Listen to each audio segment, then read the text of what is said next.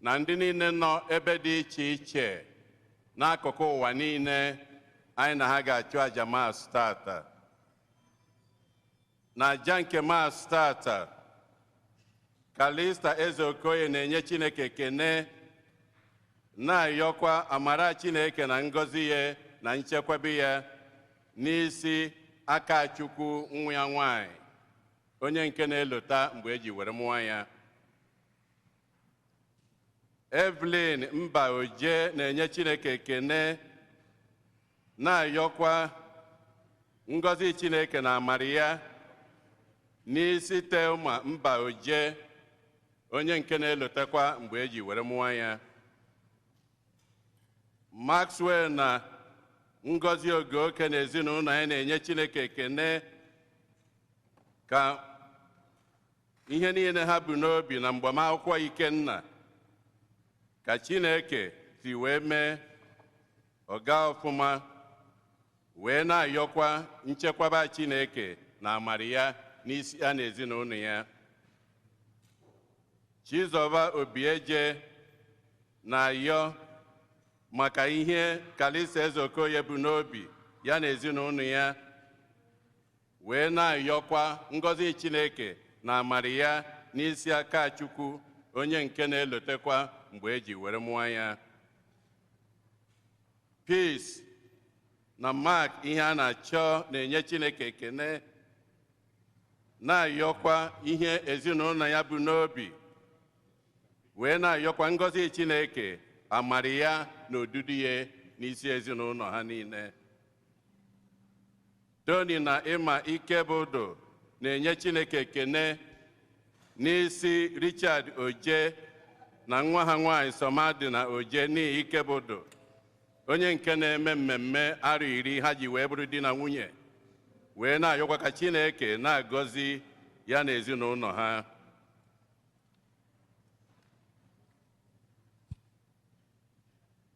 Ịma na Tony Ikebụdụ na-enyekwa Chineke ekene n'isi Chinua Onweringo, onye nke na-elota mgbe eji were mụọ ya, wee na-ayọkwa ngọzi Chineke na amara ya n'isi Greg na Skologa Amaka, ndị nke na-elota mgbe ha ji wee gbaa akwụkwọ, ka Chineke na-agọzi ha na-edu ha.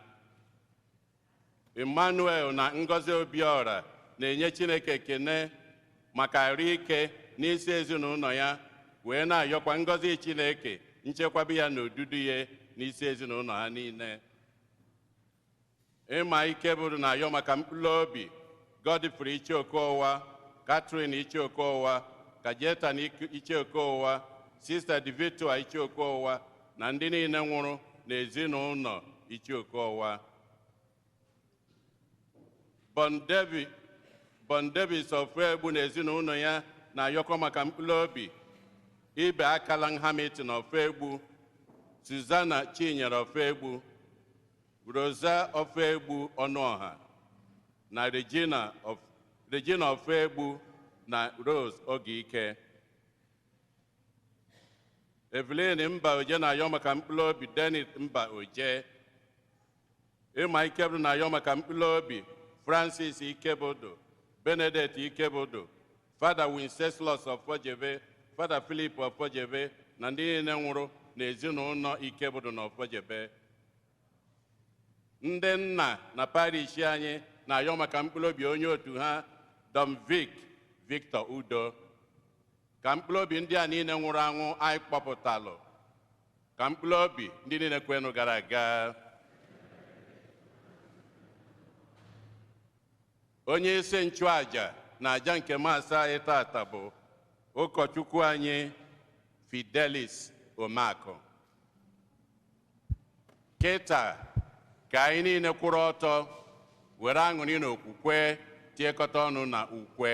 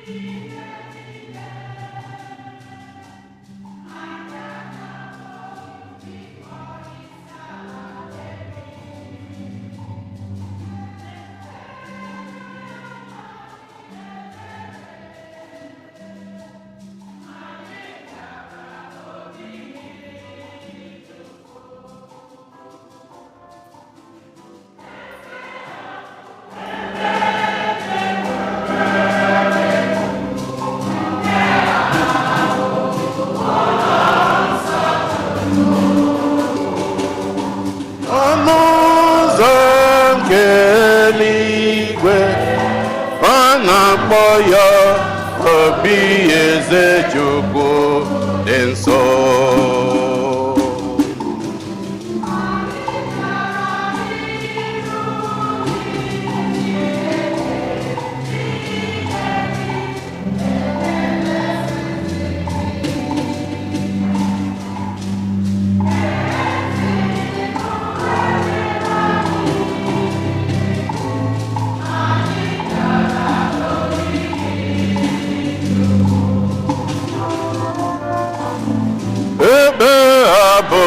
Ebe dị egwu nke ha bụ ụlọ nsọ Chukwu, ọnụ ụzọ nke eluigwe, a na-akpọ ya obi eze.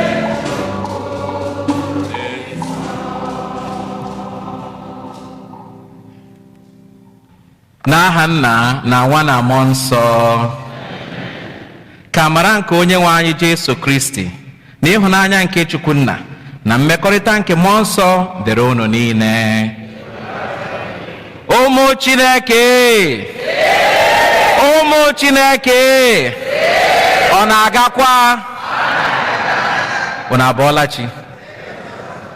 Unu ewe n'iwe m sụọ ọlụ ma m sụọ ide atọ ma m sụọ Owere, nke ọwụ na m sụrụ were na otu ahụ. Ihe a ma wu Igbo wu Igbo. Amen.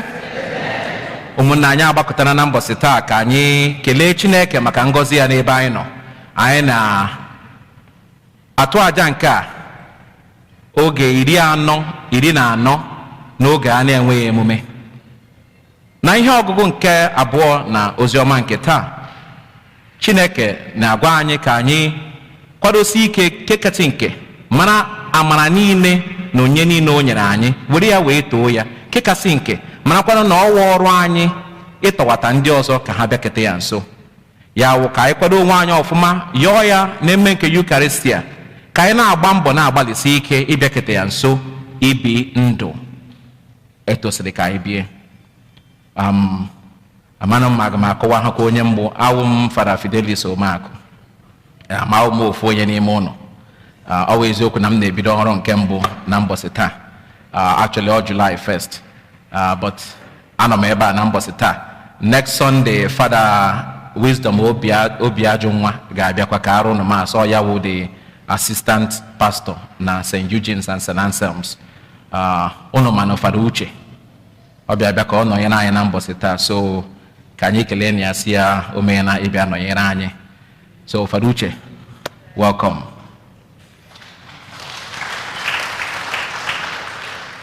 Also dikin anyị nọ na ya, ọ wụghị onye ọzọ. So ọ nọ ya, and then anyị aga na-asị ya nnọọ maka ọ ya nwe na-asị m nnọọ maka ọ nọ ebe a before m abịa. Okay. Then seminarian anyị shi St. John Seminary, Christian ọ nọkwa ebe a. Unu ahụgo ya mbụ. Christian wụ ọya wụ onye m ga-atọta na fada na diocese a. So na November Christian ga-eshi dikin, so kwado okwen. Okay, kwado November this year ọ ga-akwado ishi dikin, next year ya wuru shi fada ya. So m si ọ ga na-abịa ka ọ marakwa ụmụ nwanne anyị, mana Christian a na-asụchi Igbo ọfụma kama ọ ga-amụta. Ọ wụ ọrụ anyị ga-akụziri ya amụta by force. Amen. Okay. Ụmụnne m, iji kwado onwe anyị nke ọma maka emume ihe omume nke a dị asọ, ka anyị kweta na anyị emehiela site n'ikwupụta njọ anyị ga.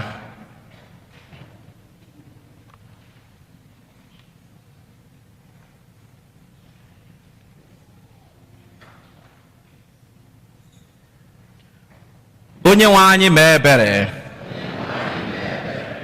Kristi mee ebere.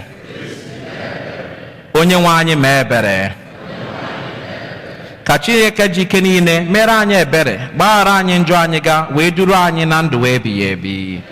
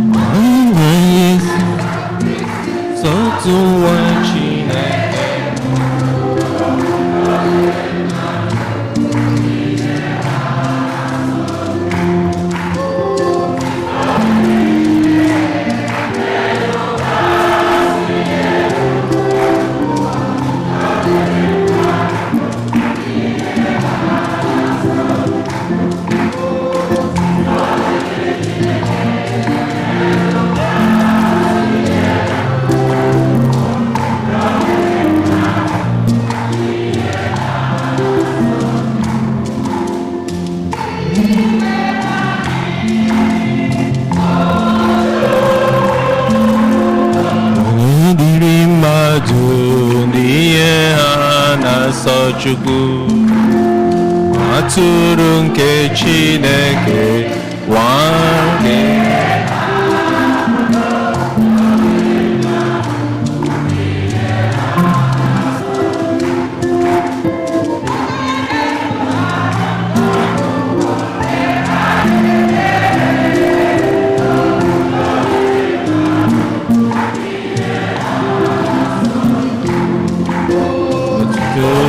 Chineke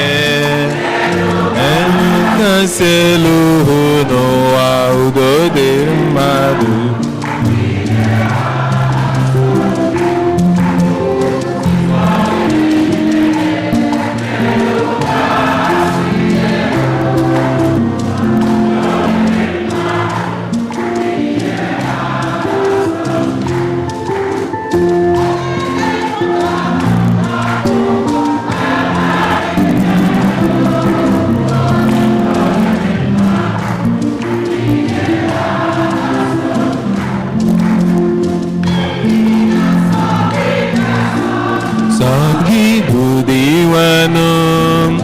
Udo dịrị mmadụ n'ihe ha na-asọ Chukwu.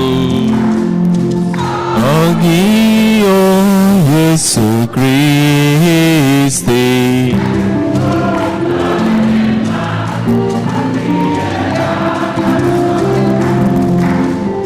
aja dị elu nyere m nsọ.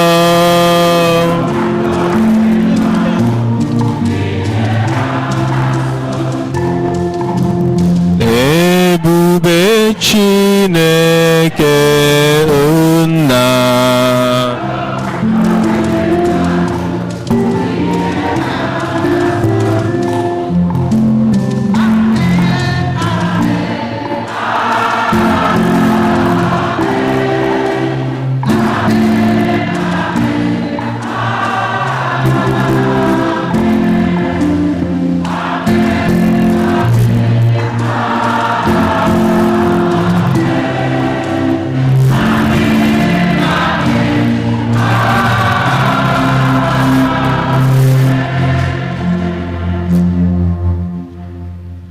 ka anyị rịọ arịrịọ.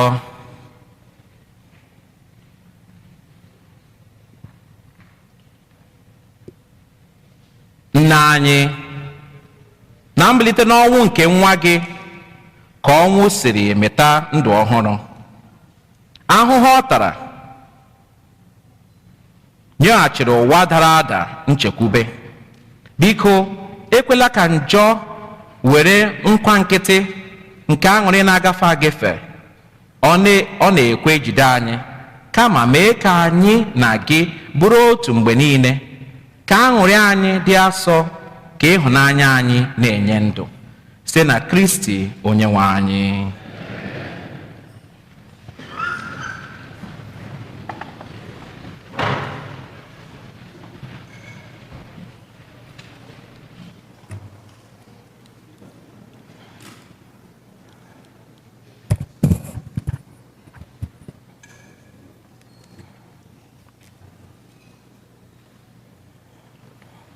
Ihe ọgụgụ ewetara n'akwụkwọ onye amụma Zekaraya.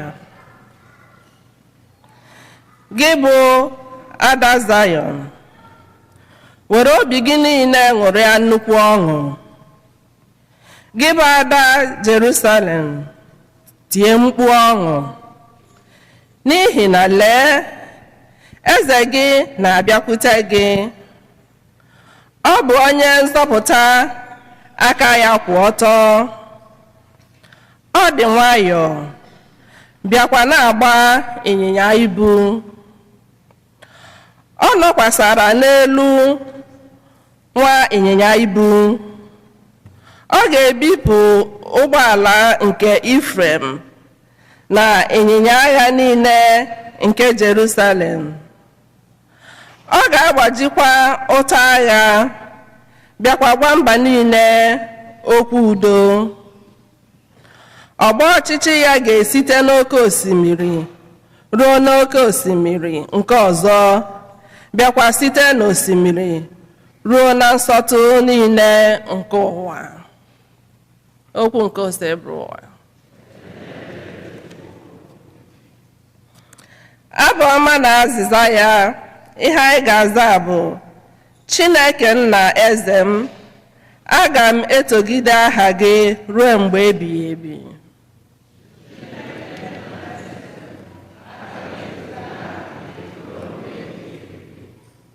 Chineke m na eze m, aga m etogide aha gị ruo mgbe ebighị ebi. Chineke m na eze m,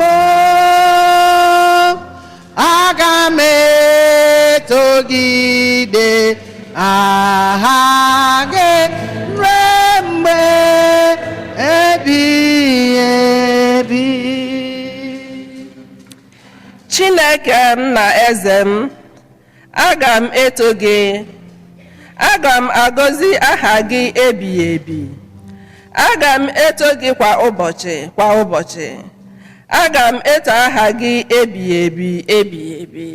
Azịza Chineke m na eze m, aga m etogide aha gị ruo mgbe ebighị ebi. Onye nwe anyị bụ onye amara na onye ebere. Ọ naghị ewe iwe ọkụ. Obiọma ya ebuka. Ọ na-emere ihe niile o kere ebere. Azịza Chineke m na eze m, aga m etogide aha gị ruo mgbe ebighị ebi. Onye nwe anyị, ka ihe dum i kere ekele gị, ka ndị kwere na gị too gị, ha kọọ akụkọ ebube nke alaeze gị, ha kwuo okwu banyere ịdị ike gị. Azịza Chineke na eze m, aga m etogide aha gị ruo mgbe ebighị ebi. Onye nwe anyị kwesịrị ntụkwasị obi n'okwu ya niile. Ọ dịkwa asọ n'ọrụ aka ya niile. Onye nwe anyị na-ebulite ndị niile na-ada ada. Ọ na-ekulite ndị niile huru ehuru. Azịza Chineke na eze m, aga m etogide aha ya ruo mgbe ebighị ebi. Zana ọzọ Chineke na eze m, aga m etogide aha gị ruo mgbe ebighị ebi.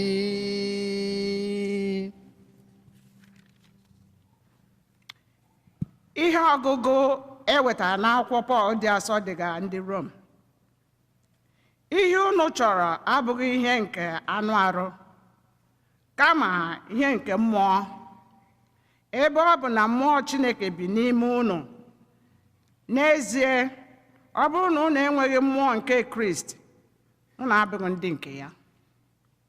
Ọ bụrụ na mmụọ nke onye ahụ kulitere Jesu n'ọnwụ bi ebi n'ime unu, ọ pụtara na onye ahụ kulitere Jesu n'ọnwụ ga-esite na mmụọ ya wee nye unu ndụ nke pụrụ ịnwụ anwụ.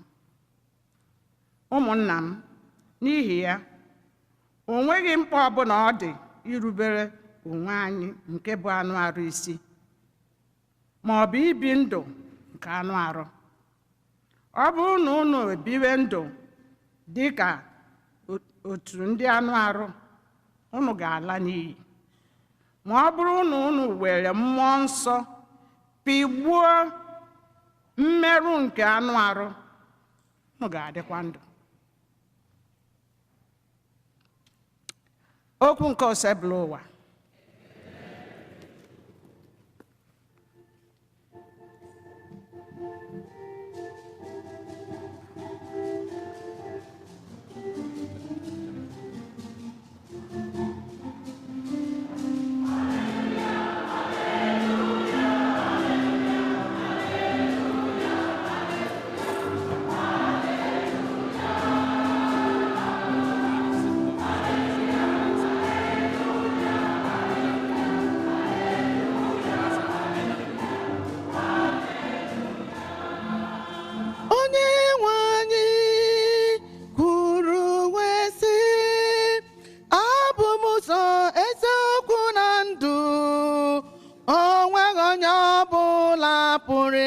Bịakwute nna ma ọ bụ ga-esite n'aka m.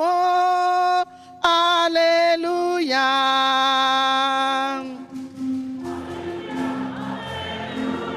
Aleluya. Aleluya. Aleluya. Aleluya. Aleluya. Aleluya. Aleluya. Aleluya.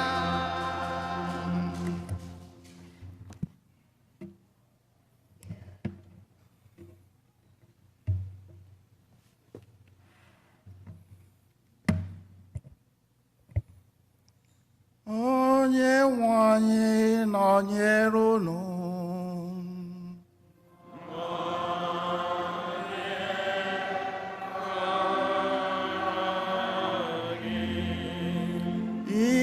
Ọgụgụ nke a si n'ozi ọma dị nsọ nke Mafiu dere.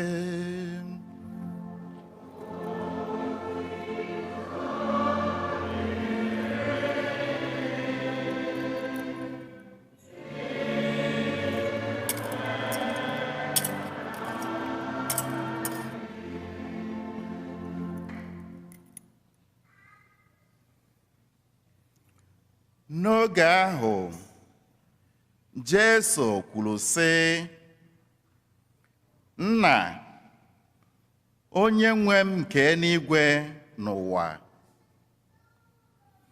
ana m ekele gị n'ihi na ihe izonarịrị ndị oke mmụta na oke aghụghọ ka ị kpugherela ụmụntakịrị na ndị na-amaghị ihe.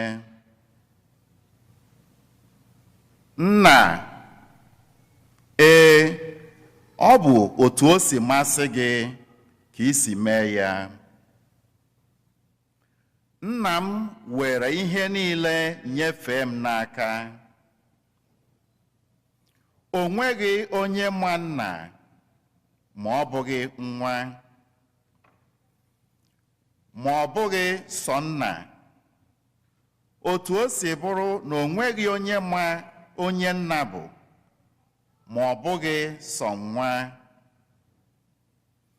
ma ọ bụ onye ọbụla ọ sọrọ nwa igosi ya. Bịakwutenụ m, unu niile bụ ibu dị arọ, onwe unu nọ n'arọ, ndị ebokwara ibu dị arọ, aga m enye unu ezumike. Nyaranụ m n'ubu, nyaranụ ibu unu n'ubu m, ma natakwanụ ike site n'aka m, maka na adị m nwayọọ dịkwa umeala n'obi. Mmụọ unu ga-achọta ezumike. N'ezie, ibu m dị mfe, ibu m adịghị arọ. ozi ọma nke sebụ ụwa.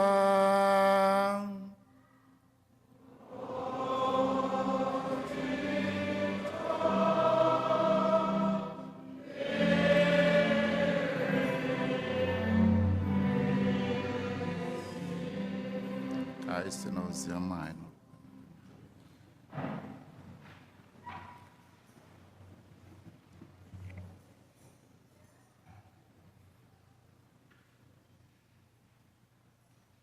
Chineke ụmụ Chineke ọ na-agakwa ndị were so unu omenakpa ole mba onweghị dị mma. Chukwu agọzigo anyị. Unu omere kpa ole? Chukwu agọzigo anyị. Unu omere kpa ole? Maka ọwụ ngọzi ịnọ ebe a na mbọsị taa. Ma anyị mgbe ụfọdụ anyị echefu ihe Chineke na-emere anyị. Anyị emere ya wụrụ ndị bekee sọ rutin. Ebe echi ihe a ka m ga-eme echi, ihe a ka m ga-eme nwanne echi, ma ị ga-etete echi. So mbọsị ọbụla na ị tetere n'ụra ikele Chineke si ya Chineke ekele dịrị ego. Ya wụ ọnwụ na mmadụ jụọ gị ugbu a, ndị enyi ụnụ na-awụghị ndị Katọlik pụtara ụjọ gị sị gị elee ihe mere na ije bịa ụka taa, elee ihe ị ga-asa ha? Welie aka elu ma na-aza. Elee ihe iku wee bịa ụka taa? Welie aka elu zaa. Welie aka elu zaa wụ onye ọwụna. Ikele Chineke. Ikele Chineke maka ọgọ n'afọ ọma ya.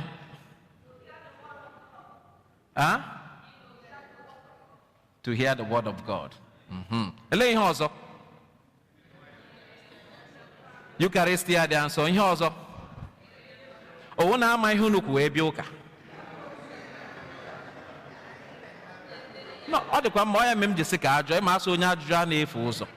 Elee ihe ikwu wee bịa ụka taa? Ngị nwa na onwe gị, elee ihe ikwu wee bịa ụka taa? Gbam. Ka ị bịa nọnyere ụmụnne gị. Okay, it's a must. Okay.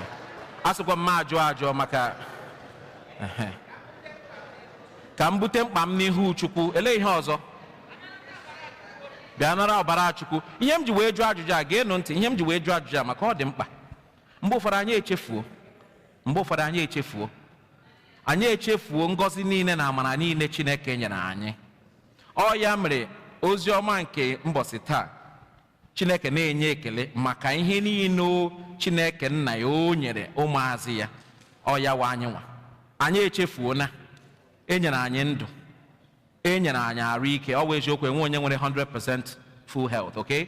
But enyere anyị ahụ ike, enyere anyị ngọzi ebe anyị ga-abịa kpọkuo aha Chineke. Enyere anyị oriri nsọ ga-enye anyị ndụ ọhụrụ. Enyere anyị onyinye nke mmụọ nsọ ime anyị ka anyị wụrụ ụmụ nke Chineke. Enyere anyị ihe niile adịcha iche iche. Ma ugboro ole ka anyị na-ekele Chineke maka ihe a? Mgbe ụfọdụ anyị echefuo. Mgbe ụfọdụ anyị agaghị echetadu na ụdị ihe ndị a bara uru na ndụ anyị. Ledina na ụmụnne anyị nọ na ị ga-ahụ ihe anyị na-ahụ na news na ihe ndị ọzọ. Asị ga-enwe ndị gara n'ụka nke ọzọ, asị ndị Muslim egbuchana ha. Mana ledina anyị nwere ebe anyị ga-asa anyị na-abịa ekpe ekpere. Onwe onye na-edistọb anyị, enwe onye na-anọchiri anyị ụzọ, enwe onye na-arụ anyị aka n'ọnụ. Anyị a na-elewe anya, chiri obi n'aka, lewe anya n'azụ. Ugboro ole ka anyị na-ekele Chineke maka ihe ndị a?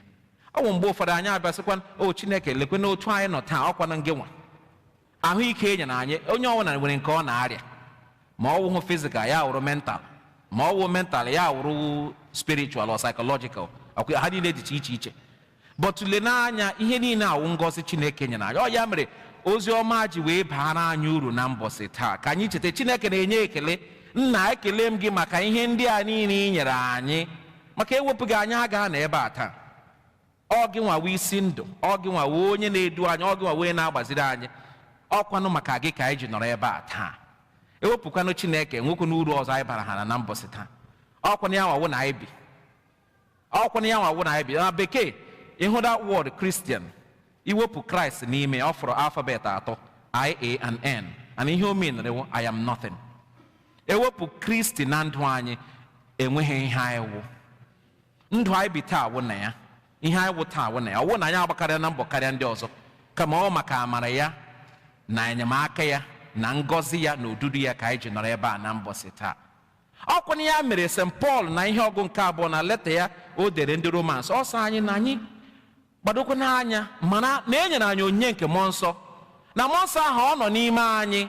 Ọkwa mmụọ nsọ ahụ wụ mmụọ nsọ anọ n'ime Jesu Kristi onye ebilitere n'ọnwụ, na ọ nọ n'ime anyị. Anyị ọmakwa na anyị bụ mmụọ nsọ n'ime anyị? Anyị ọmakwa na mmụọ nsọ ọ nọ n'ime anyị? Mmadụ ole ma na mmụọ nsọ nọ n'ime ya? Atọkwa na ashị maka iru echi ugbu a na ịkọwa nkọ ma ọlụwa ọgụ ichefuo na mmụọ nsọ ọ nọ n'ime gị. Anyị niile ndị nke resivgoro confirmation enye anyị onyinye nke mmụọ nsọ iji wee mee anyị ụmụ nke Chineke. Ledị ihe Chineke mere anyị, ịmara anyị baptizim, mee anyị ụmụ nke Chineke na ụmụ nke nzukọ. Chineke enye anyị arụ na ọbara ya iji wee mee ka anyị kwudosie ike, ka anyị na-alụ ọgụ a every day, na-alụso ekwensu ọgụ ka ọ gara ịdọpụ anyị ebe Chineke nọ. Enye ahakwa anyị onyinye nke mmụọ nsọ ka enye anyị onyinye a ka anyị nwee ike ịpụga kwusa ozi ọma ya n'ụwa maka ụmụ nke Chineke ka anyị wụ. Anyị mejọ Chineke enyekwa anyị sakramenti nke confession ka a gbaghara anyị njọ anyị, kpọketekwa anyị ebe Chineke nọ. Anyị rewa arịwa abịanye anyị anointing nke ndị na-ejighị ahụ iji wee nye anyị ndụ ọhụrụ, anyị tetekwe na-agakwa na-arụ ọrụ anyị. Lee ihe niile Chineke o nyere anyị, ọkwa na igwe igwekwa anyị na mmụọ nsọ ahụ ọ nọnyere anyị. Ugboro ole ka anyị na-echetakwanụ na mmụọ nsọ ọ nọ n'ime anyị? Ugboro ole ka anyị na-echeta onyinye niile nke mmụọ nsọ a nyere anyị iji wee pụọ gbasa ozi ọma nke Chineke? Remember na ascension ọkwa ihe a gụrụ n'ozi ọma with that mandate, the divine mandate, go out into the whole world and proclaim the good news. Ugboro ole ka anyị na-agbasa ozi ọma? Ugboro ole ka ndị mmadụ na-ahụ Kristi n'ime anyị? Remember Acts of the Apostles chapter 11 verse 26. Ọ wụ ebe ahụ ka a kpọrọ ndị a na-eso Jesu Kristi Christians. Maka gịnị? Ha na-egosi ndị ọzọ Kristi nọ n'ime ha. Anyị ọ na-egosi Kristi nọ n'ime anyị? Ndị mmadụ ọ na-ahụ Kristi n'ime anyị ma ha lee anyị anya, ma mkparamagwa anyị, ma okwu ọnụ anyị, ma echiche anyị na omume anyị? Elekwana isi aha anyị na-aza ma ọ bụ na anyị a na-ebi ndụ ndị otu Kristi. A sịkwa m na anyị wụ sent, enwekwa onye wụ sent. Ọkwa bụtụ cheta ihe Pope John Paul II kwuru mgbe ọ dị ndụ, ọ sị ọwụ ndị njọ taa ga-awụ ndị nsọ echi. So anyị ka nọ na ụzọ ije ahụ, anyị ka na-aga, kama ọ ka anyị matakwa na onyinye nke niile e nyere anyị, marakwa na mmụọ nsọ nọ n'ime anyị. Ọkwa na ihe mere anyị ji wee dị iche, anyị ji wee pụọ iche, anyị ji wee wụrụ ụmụ nke Chineke, eji na-agọzi anyị mgbe niile. Ledị n'anya, ọ bụ na anyị lewe anya njọ niile anyị mere, Chineke lewe njọ niile anyị mere, enwe onye n'ime anyị ga-afọ n'ụwa taa? Kama ihe niile na ọ sịkwa anyị na anyị bịa, anyị nụrụ ozi ọma sọ anyị bịa na ibe ọ ga-ebunye anyị wụ ibe anyị ga-ebunwu. Maka ọ ma na anyị kpọkuo kwasa anyị yọọ na ị ga-ayọta, kwa ya chọọ na ị ga-achọta, kụọ aka na a ga-emeghere gị ụzọ. Ugboro ole ka anyị na-achọ kụọ aka ma yọkwa n'otu anyị tosiri ịyọ? Maka mgbe ụfọdụ anyị na-asị Chineke emere anyị nke o mere anyị nke o mere anyị emere. Ugboro ole ka anyị kelegoro ya? Ime ọ ya wụ ihe awụ ihe na-atọ ọchị na ndụ anyị bụ ndị otu Kristi. Mana mgbe ụfọdụ ọkwa is a sign of sadness. Ihe anyị na-achọwụ mgbe onye isi hụ n'ụzọ ma onye ngwọrọ gara ije, kama miracle, ihe ịrịba ama na-eme na ndụ anyị mgbe niile emeduru mgbe anyị na-eleru ya anya. Ledị na-aga ebe ị nọ na mbọsị taa, nke ị nọ n'oche taa, jụdụ n'onwe gị ihe niile, ihe ọma niile Chineke mere gị, gaa na ebe a taa ma ewepụ Chineke. Ịma anyị a na-ele ihe ndị a anya, ma ọrịa anyị na-arịa, enwere ọrịa ndị ọzọ na-arịa, anyị na-arịa ya kemgbe anyị ka nọkwa ebe anyị nọ. Ha arịa ya ofu ugboro, ha nọ ya. Enwere mgbe anyị ga na-aga n'ụzọ ka anyị na-agafe immediately enwe accident. Enwere mbọsị m si kọl na-abata, immediately m gafere Figueroa na Florence na-aga parish m, agafee na m ruo 5 minutes agbagbuo mmadụ 3 na moto 3 n'azụ m. Mana ugboro ole ka anyị na-ekele Chineke? Biko ị maha ihe ga-eme echi. Anyị niile nọ ebe a na mbọsị taa, ọkwa ya ha gbasara masị ugbu a anyị aga ukwu ele ihe a na-akpọ ukwu ọjị, ma onye aga wee enweghị isi ma ọ wụ ndị ọzọ niile aha. Ugboro ole ka anyị na-ekele Chineke? Ya mere m ji wee sị ha niile ga-abịa maasị, onye ọ na ga-abịa maasị kelee Chineke maka ihe ndụ anyị nwere na mbọsị taa wụ onyinye ka o nyere anyị. Ọ wụkwanụ aka ọrụ anyị, maka elewe aka ọrụ anyị enwe ihe anyị rụtagoro ma a compare ya na njọ anyị megoro. Ọkwa na amara Chineke ka anyị ji nọrọ ebe a na mbọsị taa. Ya bụ ihe anyị ga-ajụ onwe anyị wụ olee otu anyị si etinye onyinye nke mmụọ nsọ a na omume anyị ka ọ na-apụta ihe na-emetụ ndụ ndị ọzọ aka.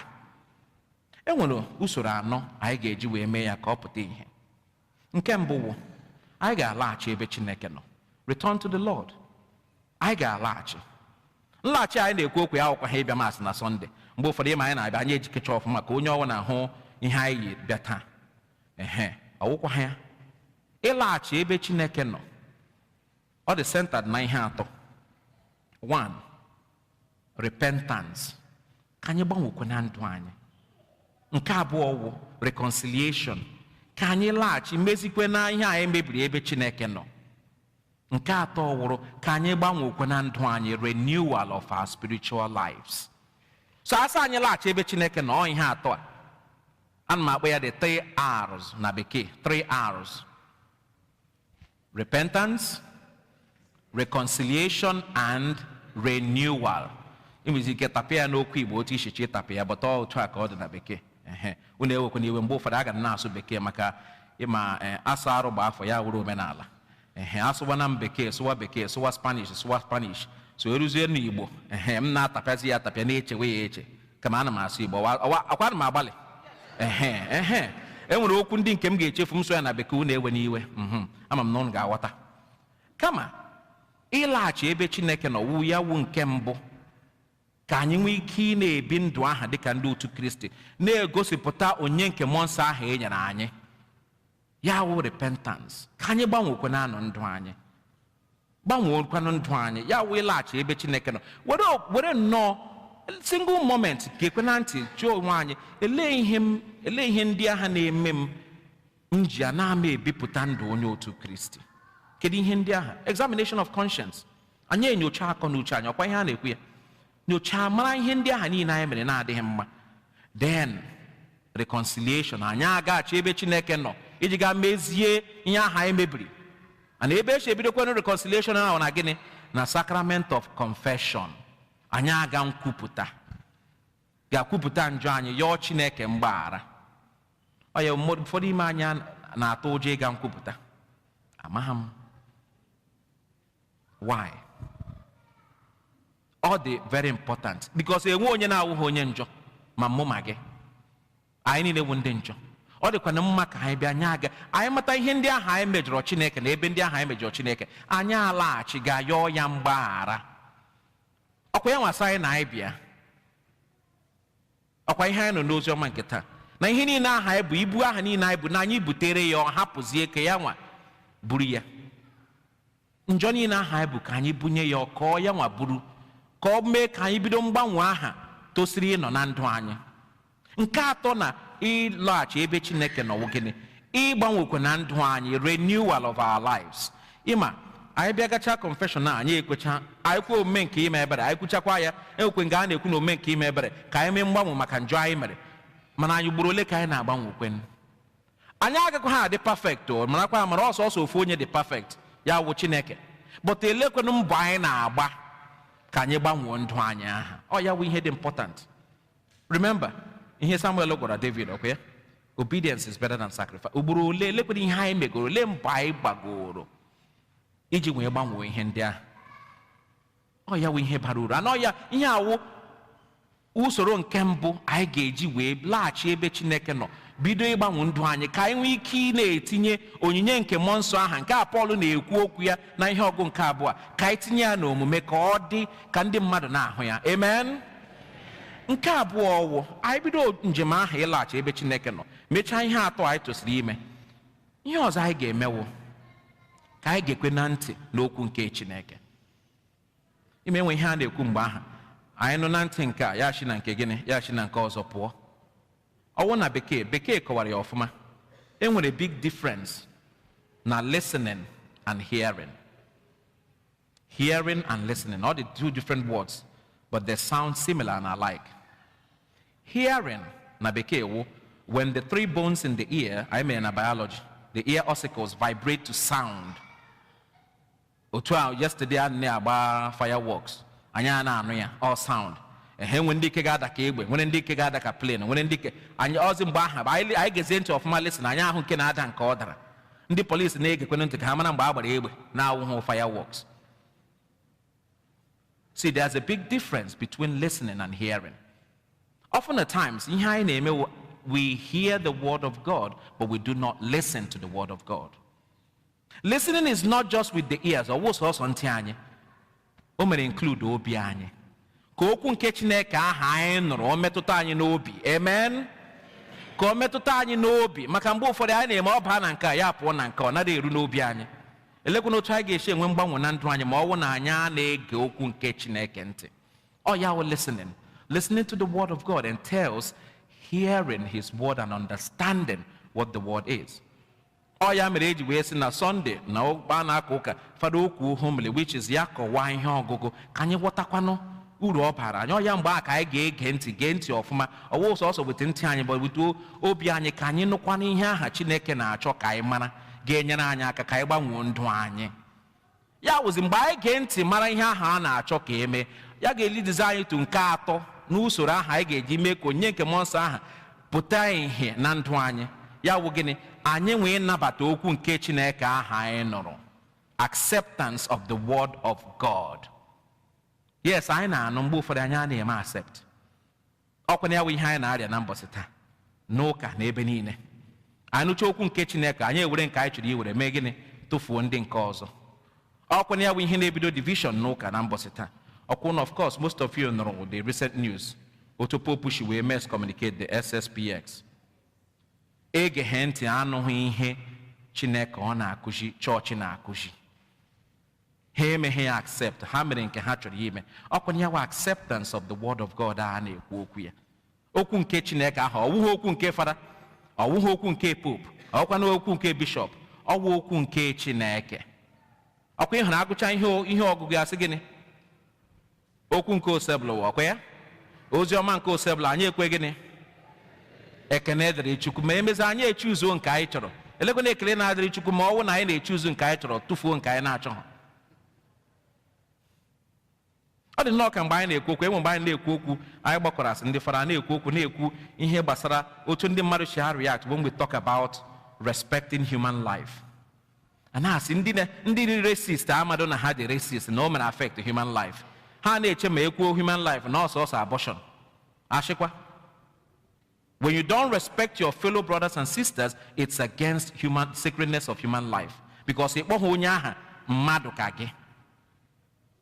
Anyị na-epik na-choose nke anyị chọrọ na nke anyị na-achọghị. Ọwụ ya wụkwa na-eke ụka o. Oke ụka wụ ikwete na ihe aha Chineke ọ na-akụziri anyị akọwara anyị ụka na-akụzi. Ana ihe o ji wee jọgbuo onwe ya wụ ọkwa emechi ugbo anyị ekwe n'otu onye ekwupụta ekwe m n'otu Chukwu. Kwuo ihe niile aha anyị kwere n'ime ya. Ma ọ bụzi ibi ebi ya ebi na ndụ anyị anyị anakwa ekwe. Elekwe n'isi ihe a na-akụziri anyị n'ụka. Elekwe n'ihe isi ihe ụka na-akụziri anyị. Ọ ya mere anyị nụcha ihe ndị aha nabata ya. Ọ wụzi ọrụ anyị ịnabata ya na ndụ anyị ka ọ wụrụ part of us. Ọ wụ sọsọ ihe anyị nọ anyị adọmpụ ya na chọọchị lawa. Ibi ndụ ndị otu Kristi awụ sọsọ ma anyị nọ na chọọchị. Ọ wụ ebe niile anyị hụrụ onwe anyị. Ọ ya mere na Acts of the Apostles chapter 11 verse 26 eji kpọọ ndị otu Kristi gịnị Christians. Because otu ha si akpa agwa gosiri Kristi ha na-efe. Ya wụ anyị n'okwu nke Chineke aha ka anyị nabatakwa n'okwu aha ka ọ mịa mkpụrụ na ndụ anyị bakwa n'uru na ndụ anyị. Ọ ya mere anyị bịa nabatacha ya ọ bụ uru na ndụ anyị. Ihe ọzọ wụzi anyị nwee itinyekwa n'okwu aha na omume ya wụ na-elive ya out. Obedience to God and practice of that gospel that we've received. Ọ wụ sọsọ ị n'okwu nke Chineke ya wụrụ anyị adọmpụọ ya ebe a. No, ọ wụ anyị nwee itinye ya n'omume. Ihe a na-ekwu ugbu a na-akọwa ihe okwu nke Chineke na-ekwu. Ọkwanụ mgbe ụfọdụ anyị egekwe na ntị were kwenye ya eruo echi anyị a na-practice ya na ndụ anyị. anyị a na-esi otu anyị nwere ike isi mee oke wiiki anyị na-abanye ugbu a bidoro taa, ele otu m ga-esi wee mee ka m bụrụ ezigbo onye otu Kristi, ele otu m ga-esi wee gbanwee ndụ m, ele otu m ga-esi na-ege ntị n'okwu nke Chineke, ele otu m ga-esi wee na-anabata okwu nke Chineke, ele otu m ga-esi wee tinye okwu nke Chineke aha na-erubere ya isi, na-eme ka ọ na-adị ihe na ndụ m. Ọ bụ ihe niile a ka eji wee kpọọ anyị ndị otu Kristi na ụmụ nke Chineke. Ụmụ nwanne m, ka anyị gee ntị n'okwu nke Chineke, nke kacha nke ka anyị mara otu anyị ga-esi wee mee ka okwu nke Chineke aha dị ihe n'ụwa, kama ọ ga-ebido dị ihe na ndụ anyị n'ofu n'ofu, anyị ebupụtazie ya ka ụwa niile wee nụ ya. Amen. Ya wụ na mbọsị taa ka anyị yọọ Chineke ka o nyere anyị aka, ka anyị na-agbalị iji bịakete ya nso, nke ka nke ka anyị laghachi ebe ọ nọ. Anyị na-alaghachi ka anyị mara na ịlaghachi a ka anyị gbanwee ndụ anyị, ka o bido wee repentance, ka o mee ka anyị reconcile onwe anyị with Chineke, bịaba gbanwee ndụ anyị kwudosi ike ebe ọ nọ. Ka anyị matakwa na ọ dịkwa mkpa ka anyị nwa gee okwu nke Chineke ntị, nabata ya ọfụma n'obi anyị na ndụ anyị, dị na anyị agbalịsie ike mee ka ọ dị ihe na ndụ anyị mbọsị niile. Amen.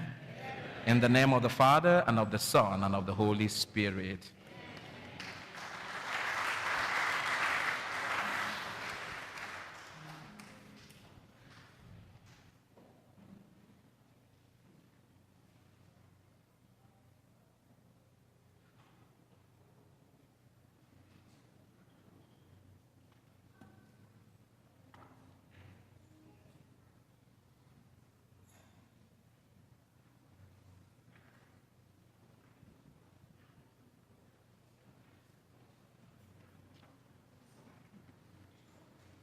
Ekwe m n'otu Chukwu Chineke.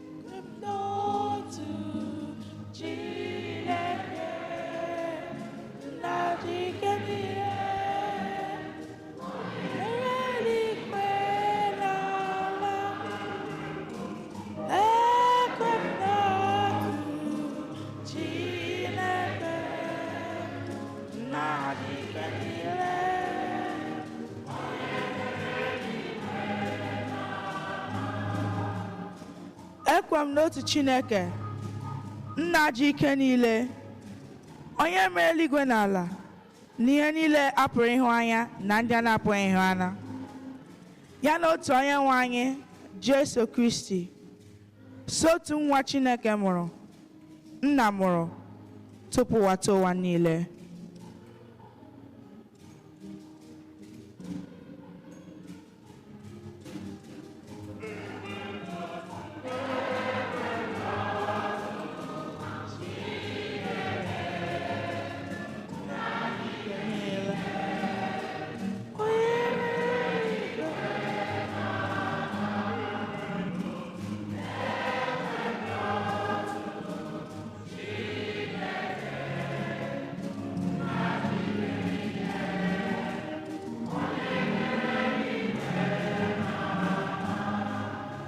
Chukwu si na Chukwu, ihe si n'ihe, ezi Chukwu si n'ezi Chukwu, amụrụ ya amụ, eme ya eme.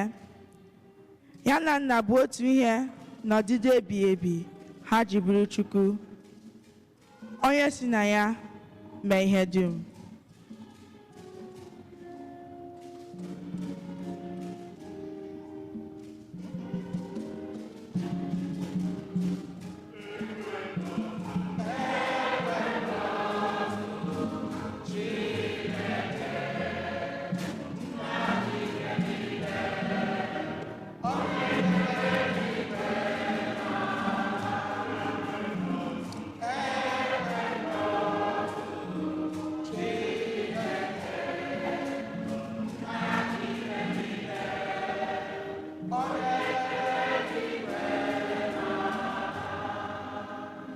onye maka ihe anyị bụ mmadụ na maka ihe nzọpụta anyị chiri n'eluigwe gbadata. Ọ nwere ahụ na Virgin Maria site na mmụọ nsọ, ọ bụrụ mmadụ, akpọgbo ya n'obe, n'ihi anyị n'oge ọchịchị Pontius Pilate.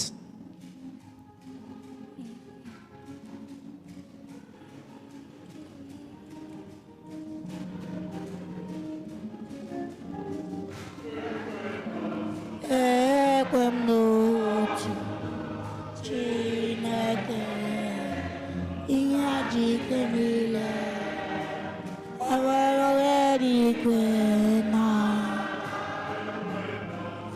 ekwe m n'otu Chineke nna aja ike niile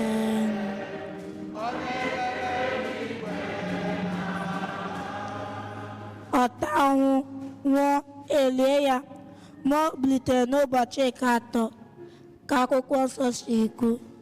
O rigoro n'eluigwe nọrọ n'aka nri Nna, ma ọ ga-abịaghachi ọzọ n'ebe ya ikpe dị ndụ na ndị nwụrụ anwụ ikpe.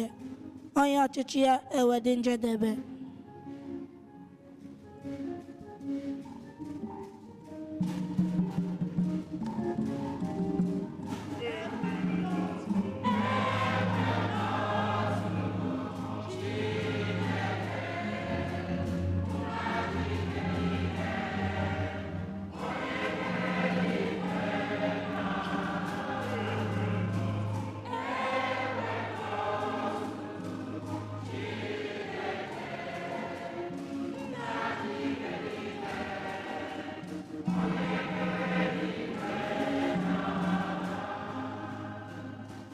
Ekwere m na mmụọ nsọ dị nwenu na onye na-enye ndụ, onye si na Nna na Nwa pụta, onye na-esekpuru na-etokodo ya na Nna na Nwa, onye si na ndị amụma kwuo okwu.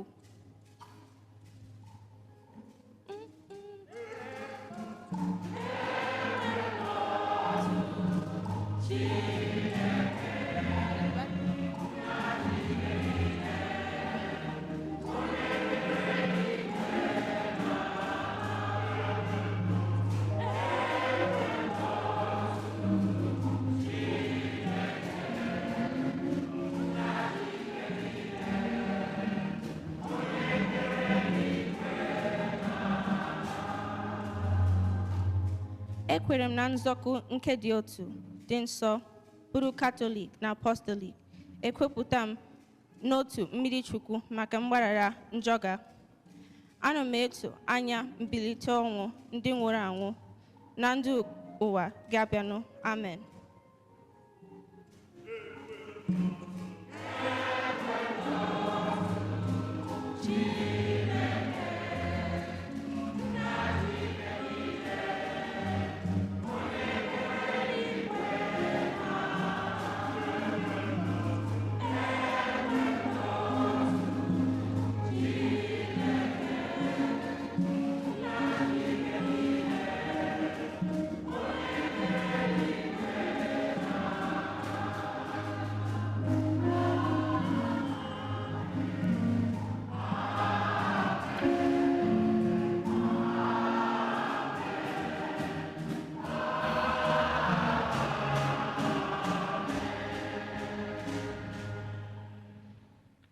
Chineke nna ịsọ anyị na anyị rịọ na anyị ga-arọta, na anyị chọọ na anyị ga-achọta, na anyị kụọ aka na a ga-emere anyị ụzọ. Ụmụ gị agbakọ na mbọsị taa ka anyị rịọ, chọọ ma kụọ aka. Anyị na-arịọzi gị ka ị nara ekpere anyị ndị a. Ụmụaka o Maria, nyelu ụmụaka o Maria, nyelu ụmụaka o Maria, ka m wedebe ife nkwelu na nkwa nye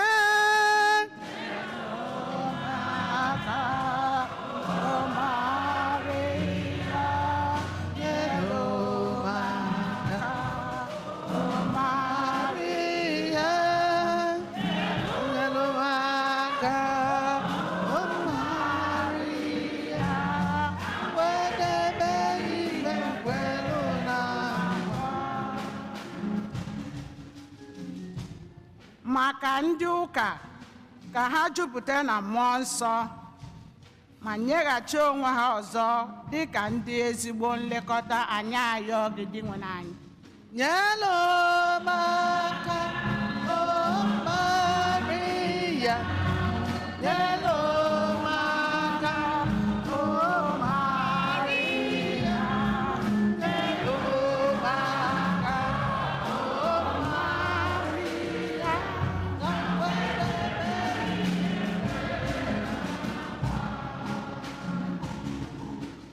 maka ndị ndu na ndị obodo ukwu a, ka ha site n'ije ozi ha na-elekọta ndị zuru oke anya maka mmerụ ahụ. Anyị ayọ gị dị nwere anyị.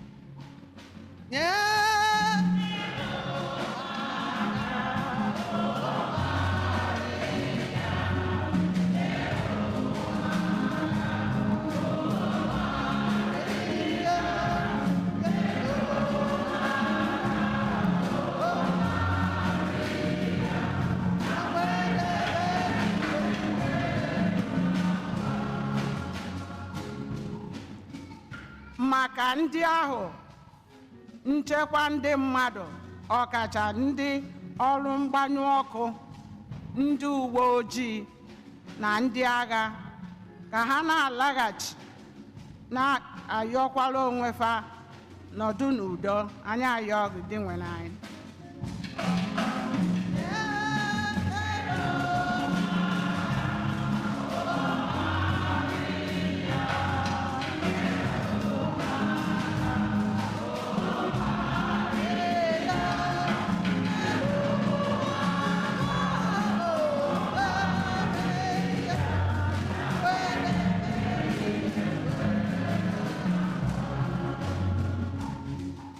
Maka ndị ike gwụrụ n'ihi ibu arọ nke ụbọchị ndụ ha, ka ha chetakwa na-akwadobe onwe fa, na-enwekwa nkasi obi na ịhụnanya Jesu. Anyị ayọ gị dị nwere anyị.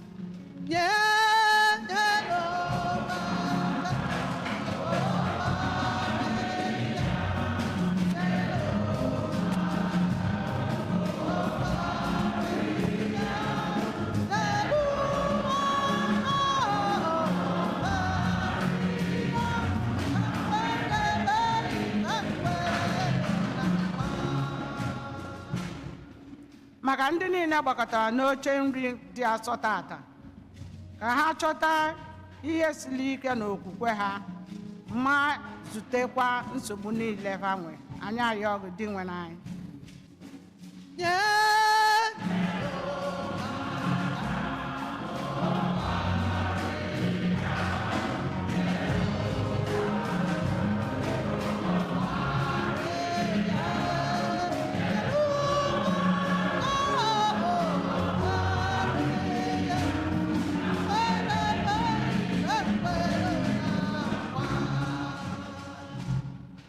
Maka ndị niile nwụgoronụ, ọkacha ndị anyị na-echeta na ajamas tata, ka ha na-ekpere anyị na arịrịọ anyị nweta ebere Chineke na ezumike ebe ebe na alaeze nke eluigwe. Anyị ayọ gị dị nwere anyị.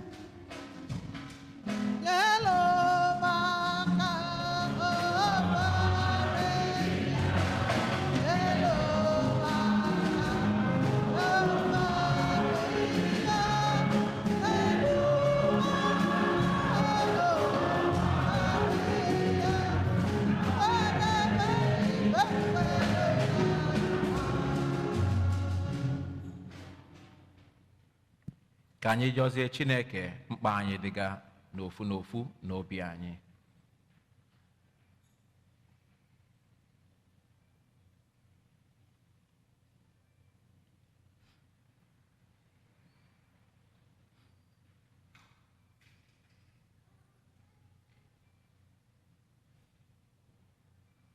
Chineke nna anyị, anyị akọsarago gị mkpa anyị na ihe na-anya anyị.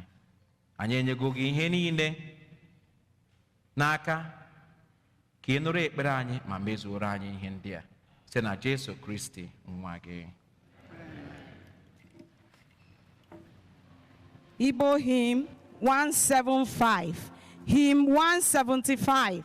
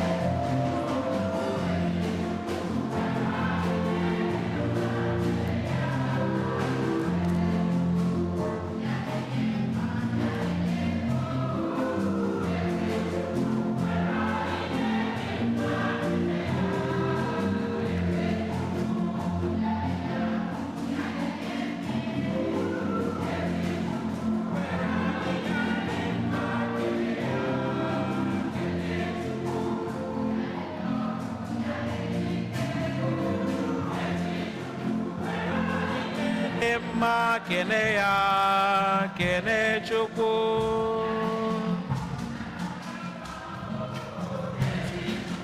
were onyinye dị mma kene ya kene Chukwu eze Chukwu were onyinye dị mma kene ya kene Chukwu eze Chukwu were onyinye dị mma kene ya kene Chukwu eze Chukwu were onyinye dị mma kene ya kene Chukwu o eze Chukwu were onyinye dị mma kene ya kene Chukwu o eze Chukwu were onyinye dị mma kene ya kene Chukwu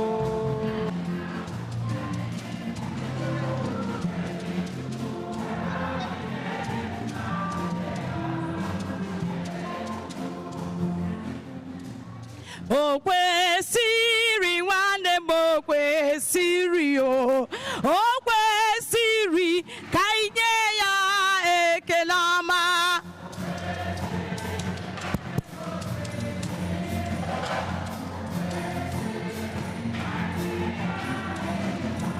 o kwesịrị o kwesịrị o kwesịrị ka anyị nye ya ekele ọma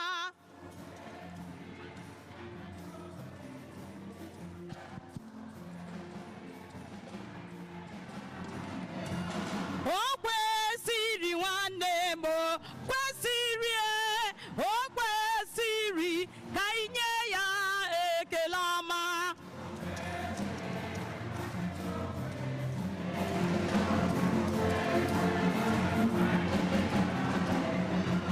o mere onye isi nwanne m o wee fụze o mere onye ngwụrụ o wee jije nye ya ekele ọma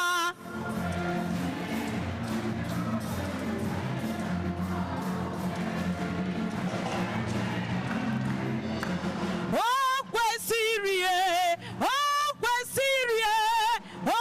kwesịrị ka anyị nye ya ekele ọma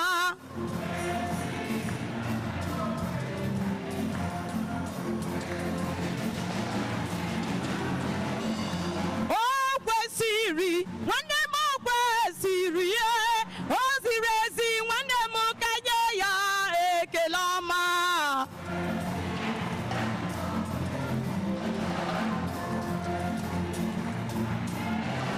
nwanne m nyenụ ya ndị nne nyenụ ya ndị nna nyenụ ya ndị ụkọchukwu nyenụ ya ma nyenụ ya nwanne m nye ya ekele ọma nyenụ ya anyị nye ya ekele ọma nyenụ ya nwanne m nyenụ ya ma nyenụ ya anyị nyenụ ya ka anyị nyenụ ya ekele ọma nyenụ ya ekele ọma nyenụ ya ekele ọma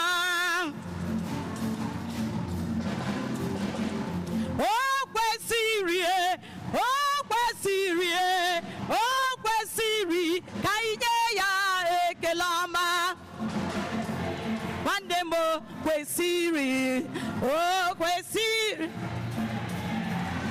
nwanne m nyenụ ya nwanne m nyenụ ya nwanne m nyenụ ya nwanne m nyenụ ya nwanne m nyenụ ya ka anyị nyenụ ya ka anyị nyenụ ya ekele ọma ndị agụ Chineke mere mma bịanụle ndị agụ Chineke mere mma esokwa m n'aya bịanụle ndị agụ Chineke mere mma esokwa m n'aya ndị agụ Chineke mere mma o bịanụle nwa agụ Chineke mere mma esokwa m n'aya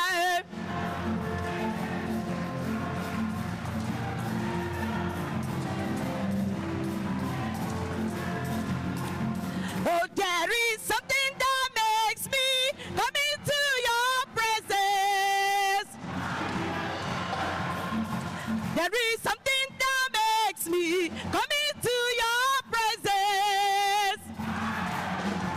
My helper, my helper. There is something that makes me your presence. My helper. Ọnụ m juru n'ekele.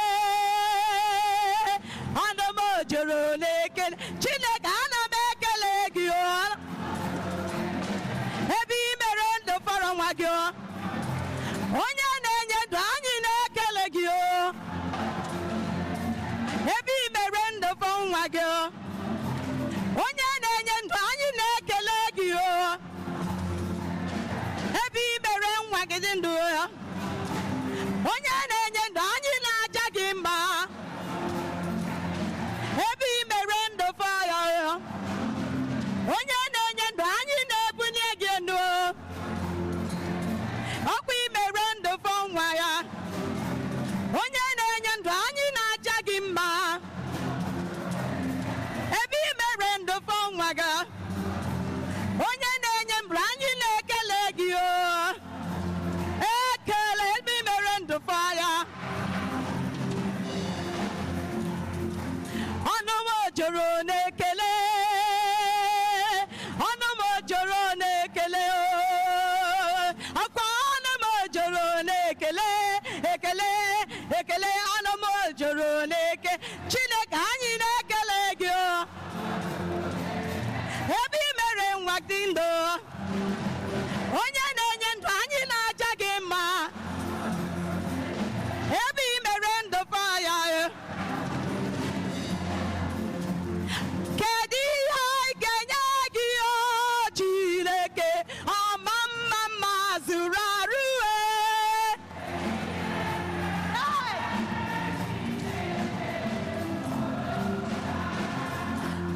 Kedu ihe anyị ga-enye gị o Chineke ọma mma mma zuru arụ e. Gogwo na ya isi gị ọ bụ onye ga-akọchasị emesa ọma Chineke. A na-ebu ọma ga-jiri bịa n'iru gị Chineke o. Abụ otito ka m ji bịa biro ya mere kali soro m leto ya leto ya. Ọ dị m ka ha soro m toro ya. N'ọdị mma ndị nke Chineke bịa o. Aga m hey! Ihe Chukwu mere m o. N'oge gbara ịhụnanya Chineke karịsịa soro m too Chukwu. Sorry. Ị na-anya n'azụ n'ime nsogbu ọgba gbakọrọ gị o. Ọkwa ịzara m o Chineke. Ezi Chineke ọ dị mma mma na-eme mma o. Ebu ndị ụzọ atụba e. O onye dị ka gị e. O onye dị ka gị e. Agbanụ m onye dị ka Chukwu. Ọnụ m onye dị ka ya o. Onye dị ka gị o. Abụ otito a ga-eji wee kelee gị o Chukwu nna m o. Abụ otito a ga-eji ja gị mma o Chineke. Ebube gị dị o. Onye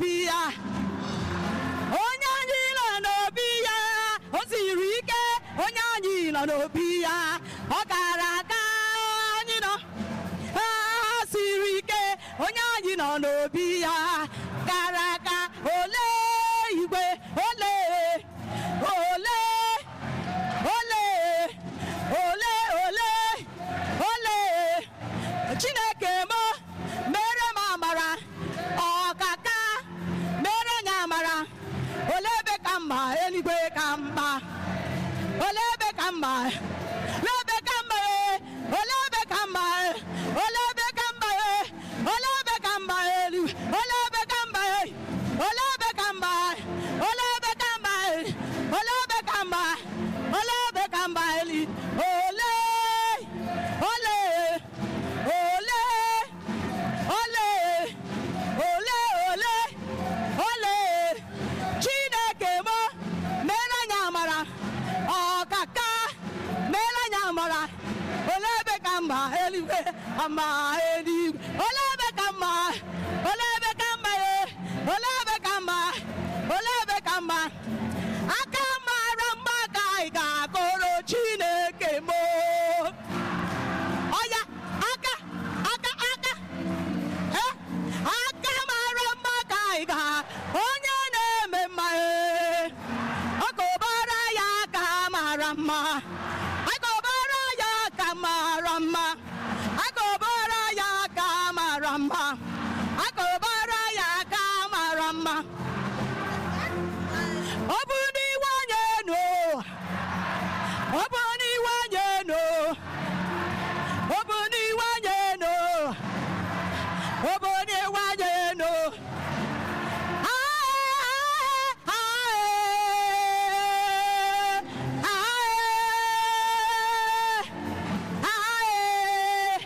onye nwe anyị ga-adịgide ihe ihe ihe ihe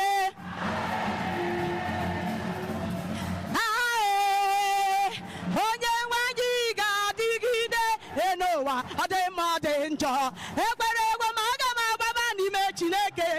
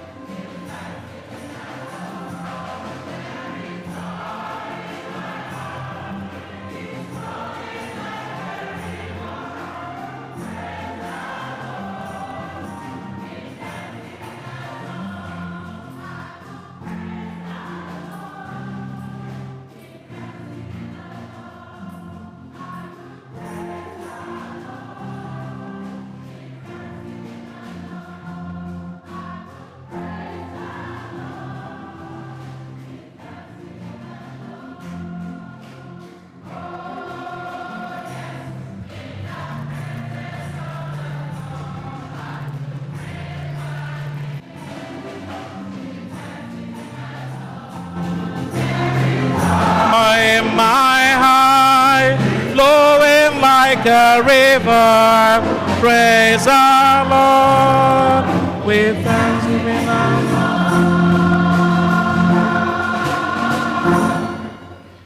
Rịọwanụ ụmụnne m ka aja mụ na ụnụ bụrụ ihe ga-asọ Chukwu nna ji ike niile naranụ.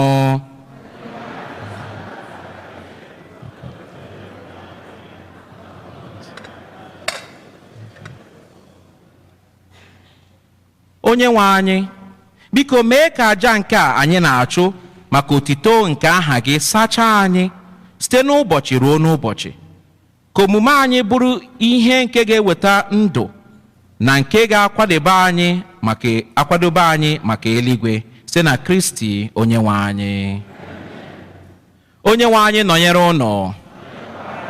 Welite n'obi elu ka anyị nye dị nwenụ Chukwu anyị ekele. O kwesịrị ezie bụrụkwa ihe ziri ezi ọrụ dịrị anyị na nzọpụta anyị, na anyị ga-enye gị ekele oge niile n'ebe niile dị nwenụ, o nna dị nsọ, site na nwa gị hụrụ n'anya bụ Jesu Kristi. Okwu gị isi na ya mee ihe dum, onye i zitere ka ọ bụrụ anyị onye nzọpụta na onye mgbapụta. O were ahụ site na mmụọ nsọ amụọ ya na virgin, n'imejupụta uche gị na ịgbatara gị na ndị nke gị dị nsọ. Ọ gbasara aka ya na ahụhụ ọnwụ ya iji dobe udo nke ọnwụ na iji gosipụta mbilite n'ọnwụ. N'ihi nke a, anyị na-eso ndị mmụọ ọma na ndị nsọ niile na-ekwupụta ebube gị were otu olu na-asị: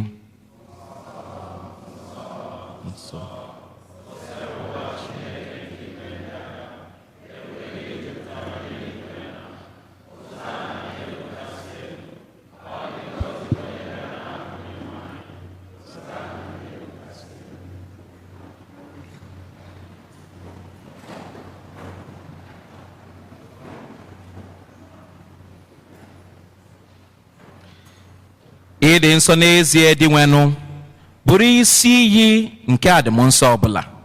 Ya mere anyị na-arịọ gị ka ido onyinye ndị a nsọ site n'ikukwasa ha mmụọ gị, ka ha were wụọrọ anyị ahụ na ọbara nke onye nwe anyị Jesu Kristi, onye mgbe o kwetere ka o dunye ya n'ahụhụ ọnwụ, were achịcha ka ọ na-enye ya ekele, nyawa ya, nyekwa ya ụmụazụ ya, sị: naranụ nke ya, rienụ ya unu niile, nke a bụ ahụ m nke a ga-edorunye maka unu.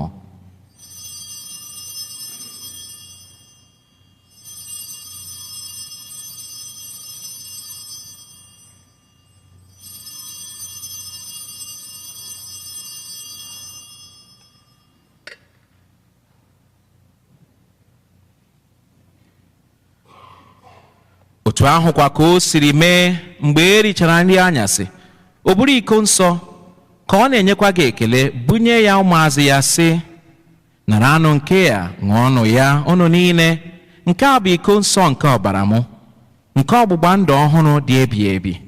A ga-agba ya n'ihi unu na n'ihi imerime mmadụ, ka e were gbaghara njọ anyị ga. Na-emenụ nke a na ncheta nke m.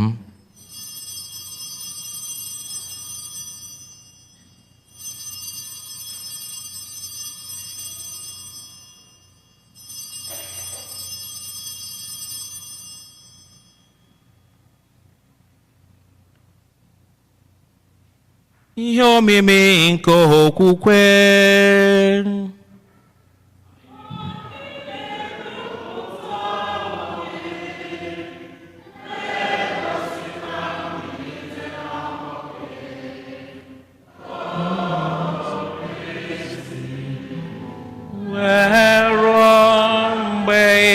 ga-abịa ọzọ.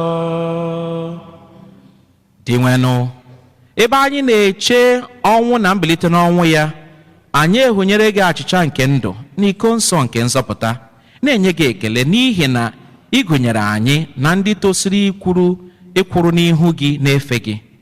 Anyị ji umeala arịọ ka anyị bụ ndị na-eketa oke na ahụ na ọbara Kristi bụrụ ndị a ga-akpọbata a ga-ekpu ọba ọnụ site na mmụọ nsọ. Di nwenụ, cheta nzukọ gị gbasara ụwa niile, mee ka o zuo oke n'ịhụnanya ya na popu anyị bụ Leo na Archbishop anyị bụ Jose na ndị echichi niile.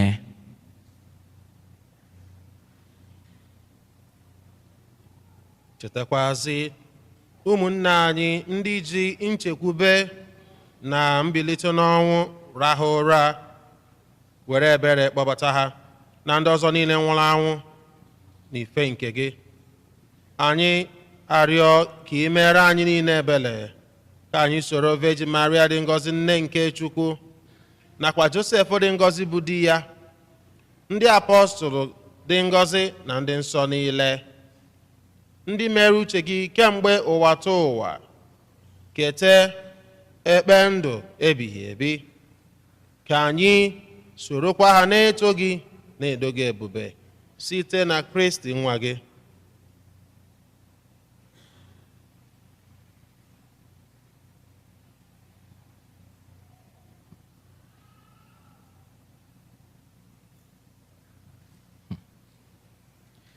Site na ya bụ Kristi na isi onye ya na kwa n'ime ya na ịdịkọ n'otu nke mmụọ nsọ, ka nsọpụrụ na otuto niile si adịrị gị, Chukwu nna ji ike niile, site n'ụwa ta ụwa niile.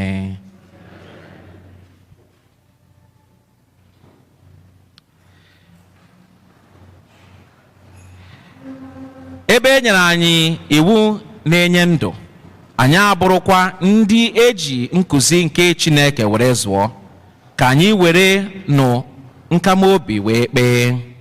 Nna anyị nọ n'eluigwe, otuto dịrị aha gị, ka ọchịchị gị bịa, n'uche gị n'ụwa ka esi n'eluigwe. Nye anyị tata nri nke ụbọchị ahụ, gbaghara anyị mmehie anyị dịka anyị si gbaghara ndị mmehie anyị, ekwela ka anyị zọpụta anyị na-arịọ gị, o sebụl ụwa na ajọ ihe niile, were ebere gị nye ude n'oge nke anyị, site n'inye aka ebere gị ka a zọpụta anyị na njọ oge niile. Anyị ewere gbalaha nsogbu niile, were nchekwube dị asọ na-atụ anya maka mbịaghachi nke onye nzọpụta anyị Jesu Kristi.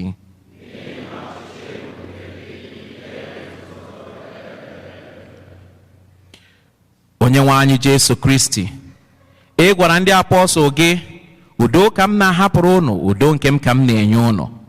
Elekwana anya na njọ anyị ga, kama na okwukwe nke nzukọ gị. Nye ya udo na ịdịkọ n'otu ka uche gị si chọọ, gị bụ onye dị ndụ na-achị ebighị ebi ebighị ebi. Udo nke osebụrụ ụwa dịrị unu mgbe niile.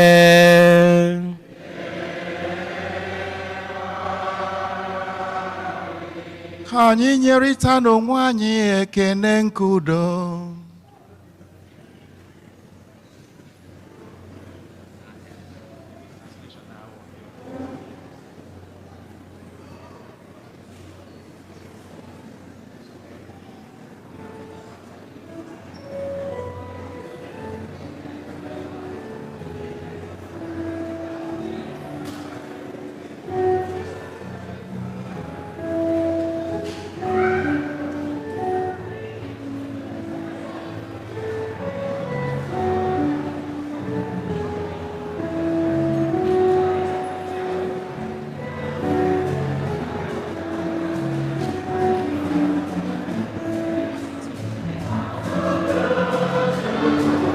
That one is full.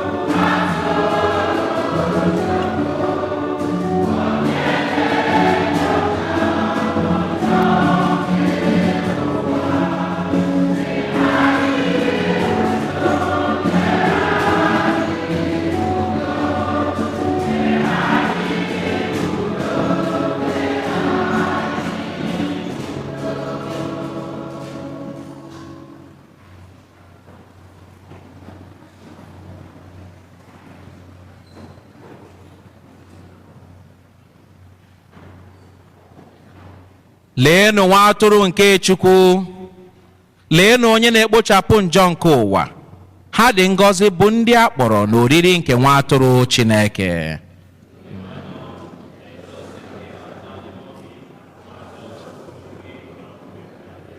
Ka ahụ Kristi chekwaba anyị ruo na ndụ ebighị ebi.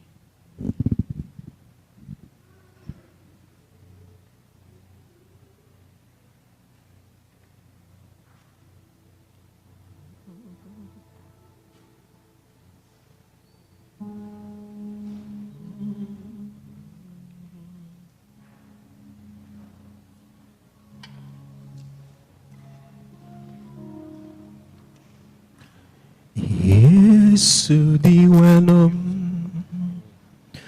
ndụ zuru oke nọ n'ime gị, obi m agaghị ezu ike belụsọ mụ na gị nọ oge niile.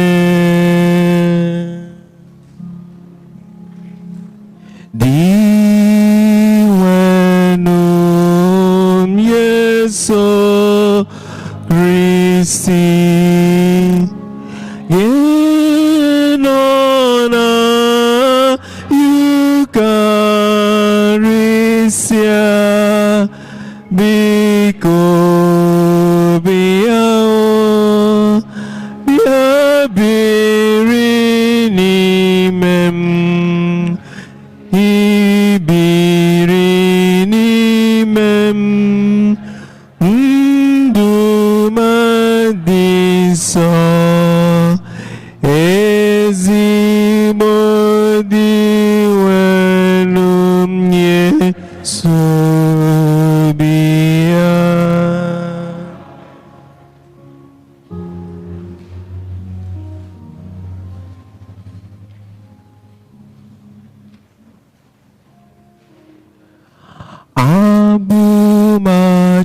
Achịcha dị ndụ, abụ m achịcha dị ndụ si n'eluigwe bịa. Abụ m achịcha dị ndụ, abụ m achịcha dị ndụ si n'eluigwe bịa.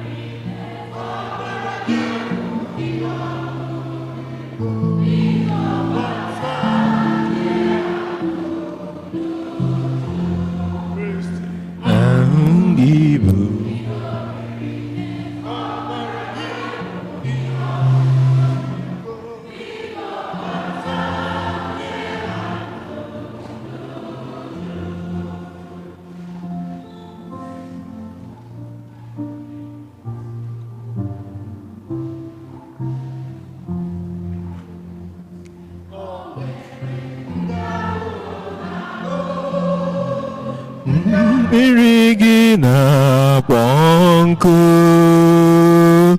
ọ dịwenụ bata buru nri nke obi ya.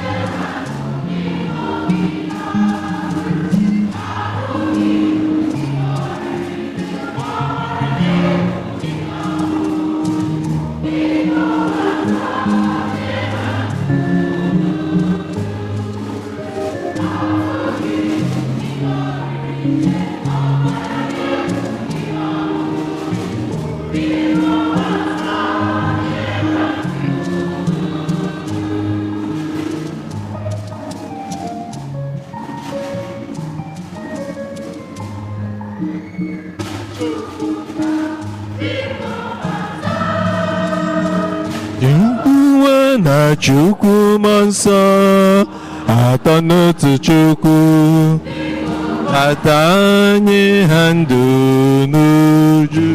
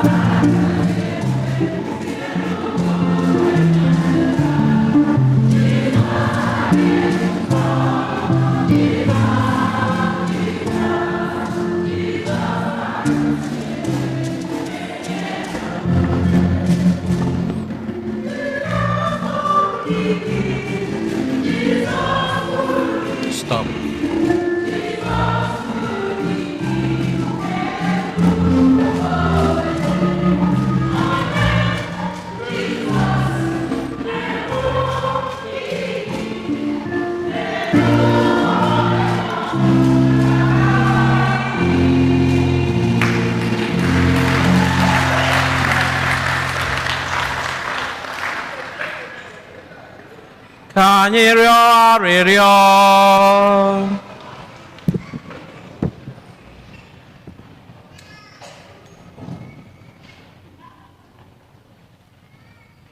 Onyenwe anyị, onyinye i nyere anyị na oriri nke ebuka, biko anyị na-arịọ gị mee ka anyị nara onyinye nzọpụta nke a were na-eto na gị mgbe niile akwụsịghị akwụsị site na Kristi onyenwe anyị.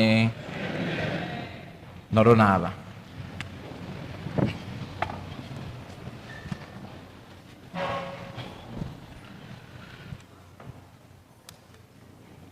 Ana m asị ka anyị kụpụkwara ụmụaka anyị aka.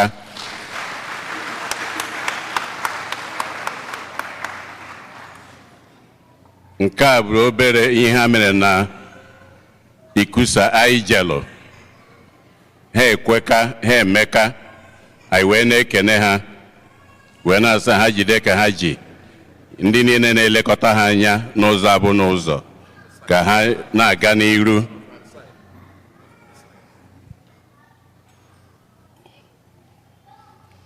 Ọ bụrụ na agbasa ezinụlọ ihe a na-achọ na ezinụlọ Eze Okoye si na ha nwere erimeri maka anyị niile, agbasa anyị afụ ha anya.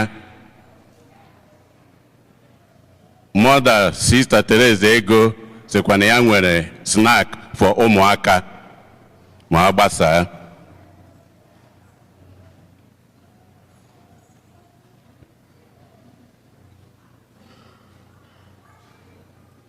Yeah, Governor Ben.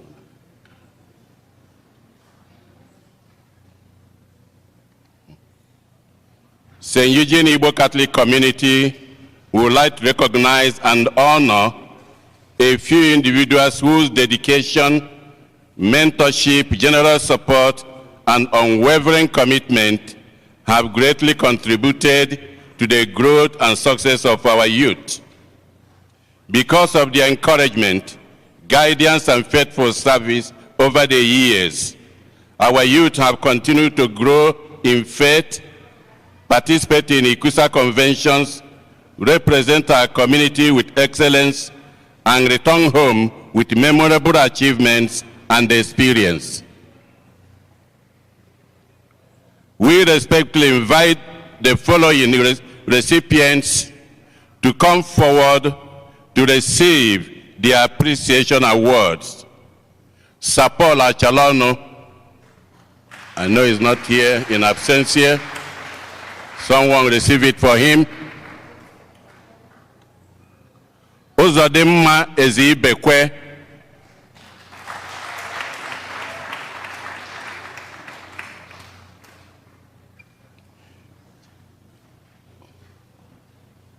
Chinwendu Ibe.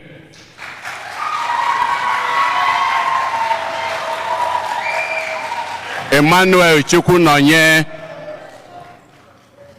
Emmanuel Chukwunonye. Somebody can get it for him. Somebody can get it for him. David Ifedeba.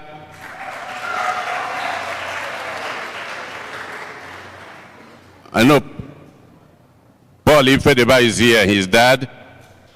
Kelechi Umonnakwe.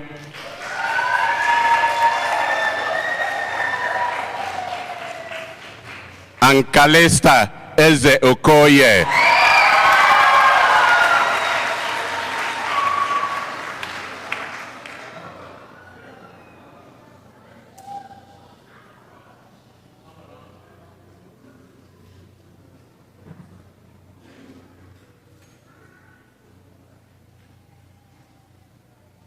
We thank each of you for your individual contributions to our youth and pray that God continues to bless and reward your services.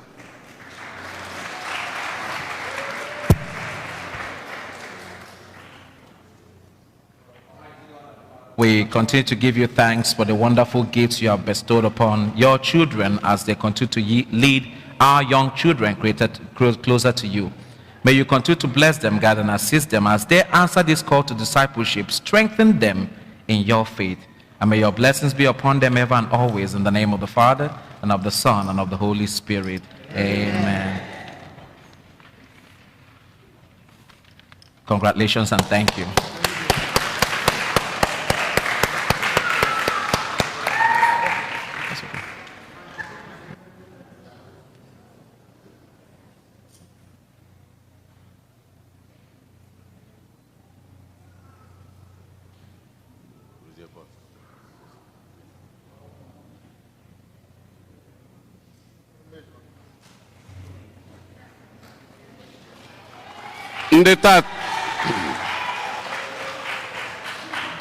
Ndị tata bụ ụbọchị izi ha na-abịa ụka ebe a ha kwụla ọtọ.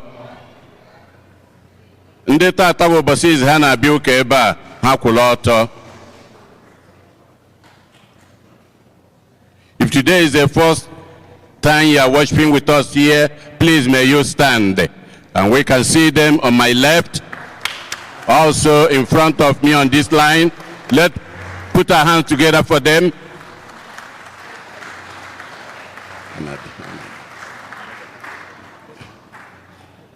You are welcomed.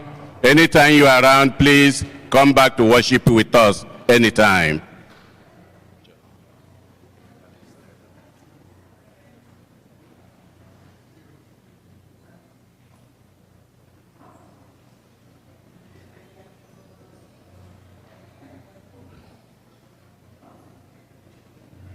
Calista, please, can you come and do this? I don't know what to do.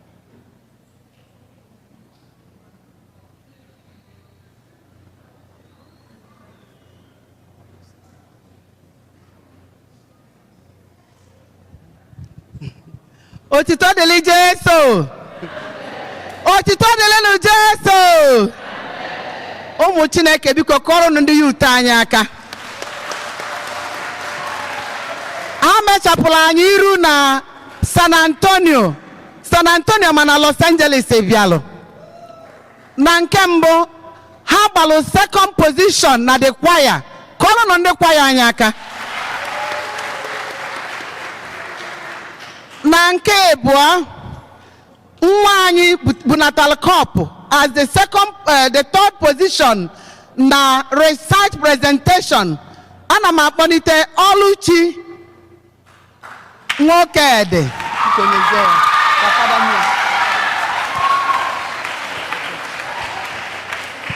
Ọ bụrụ na unu na ebe anwa recite presentation ụmụaka mere maka egwu ọnwa. Ndị niile bịara ebe anwa deserve 100% winning. Enenegide ka amalite ga-esi win ya mara. Mana o nwee ife nwa melụ. Ndị ọzọ kọpịla akọpị. Wee sị ebe ọ bụ na nwa mepụtara ihe everybody ga-akọpị na o deserve ịbụ one of the winners. Ya ka o ji nweta kọp a. Kọlụ na ya aka bikonu. Abịa na duet singing. Los Angeles gbatakwa third position.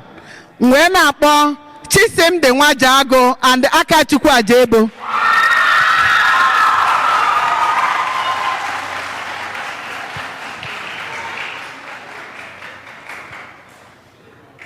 Chisimdi Nwajago. Efu egwu ụmụ anyị gụrụ na the addressing. Ha set a record. So ndị a na-eche anyị na Los Angeles next year ka ha ma na ha ga-anapụ anyị ha iji. Biko enwelo so many awards. Unu ga-abịazi m itie m. Ndị na-eme fashion parade bịa n'ofom. Ndị na-eme gbala egwu bịa n'ofom. Kunu welu your stipends and the certificates enyela unu. Thank you. Otodili Jesu.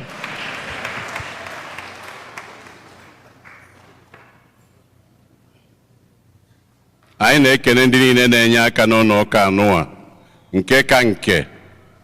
Ọ bụ eziokwu mgbe ọ na-ebido ụka ọ kọwala ya onwe ya. Anyị afụ na anyị nwere ụkọchukwu bụrụ onye isi anyị kịta.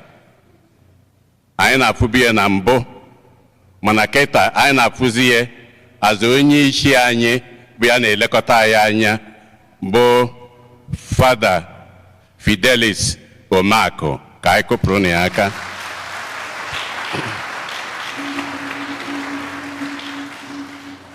Ọ gwakwara anyị na o nwere onye nke ọ bụ ya na ya bụ associate, onye ya na ya na-alụ ọlụ, bụ ụkọchukwu Wisdom Obiajunwa. Anyị afụkwa onye nke anwa. So kịta ihe ọ pụtara bụ Fada Jude Umeobi, ọlụ nke ya kwụsịrị ụbọchị one na June 30th, July 1st, kedu onye anyị nweziri? Fada Omakụ. So ọ ka o si wee do. So ndị na-akpọ ajụmụ maka Fada Jude, ọ bụrụ Fada Jude na onye mma na-agwa unu, ọ bụ ụkọchukwu anyị, ọ bụ ya na-elekọta anyị anya, bụ Fidelis Omakụ. Onye nwa bụ onye na-achị anyị kịta. Ọ bụ etu o si wee do.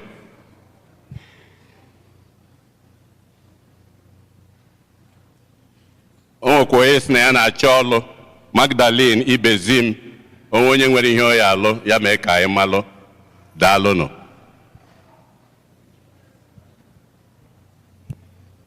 Ụmụ Chineke, ụnọ na-ehi ụra. Anyị ka ebidobere ọkwa ya. Ụmụ Chineke, ọ na-agakwa? So nke a ma asụ ya na Bekee, maka ọ na-asụ n'Igbo na Bekee, kama ihe m ga-agụrụ ụnụ bụ na Bekee. Anyị ma na enwere otu ụka na-eshi eme ihe. Ọ bụ eziokwu na o nwere otu unu si mee ya mgbe mbụ. Nzite ezitekwara na m ebe a.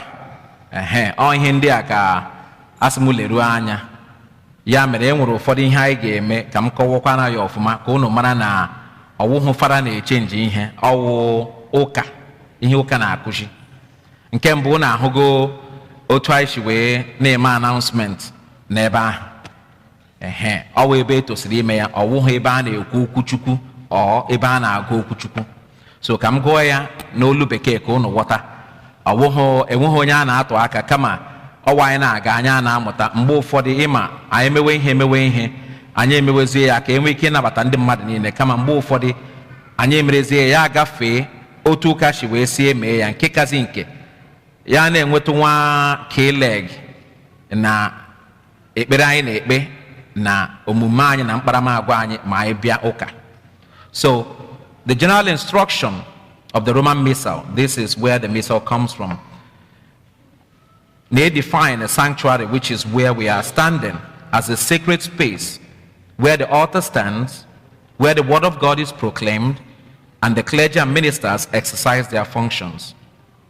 It must be clearly distinct from the rest of the church, usually elevated, as you can see, because it has stairs. It is the most sacred part of the church, mirroring the Holy of Holies of Jerusalem, the temple in Jerusalem, and it symbolizes the meeting point of heaven and earth. So I am the sanctuary the way dị nsọ. Ị ga-ahụ nwekwara ihe ọzọ anyị mere mgbe anyị nyere onyinye. Ịma mgbe mbụ ebute onyinye chi n'elu ọta na-aga nge maasị na-aga, anyị emeghe ya ka anyị wee kwanyere Jesu ugwu n'elu sanctuary. Unu ghọtara ihe m na-akọwa? So sanctuary is different from the congregation. Ọ ya mere, like I explained, ihe our general instruction, ihe awụ rule Fada, ihe awụ the original general instruction from Latin to English ka anyị ghọta. And enwere ihe eji wee kọwa ihe ndị a, because the sanctuary is the focal point of the Eucharistic sacrifice. It is consecrated and set apart to host the real and substantial presence of Christ. That is why on the sanctuary, the altar is located here. And the altar, which is Eba na achụ aja, symbolizes Christ himself, serving as both the table and the sacrifice of worship. Ọ ya mere ị ga-ahụ Fada na Deacon bata, ihe anyị na-ebu ụzọ eme ogene anyị esusuo ya ọnụ, ọkwa ya, as a sign of respect, because that is the altar of worship. But also ama mmụọ n'ọma enwere relic sent nọ n'elu altar ahụ maka dedicate the church dedicate. So that shows the sacredness of where we are. So ọ ya mere ịhụ anyị na-eme ihe anyị na-eme ka anyị pay attention ihe o ji wee dịrị otu ọ dị ana ugwu anyị na-akpanyere ya. Ọ bụ eziokwu a na-aka maasị mgbe ụfọdụ anyị na-agagharị agharị onye ọ na nwere ọrụ ọ na-arụ, kama anyị mara na sanctuary wee ebe anyị na-akpọku Chineke.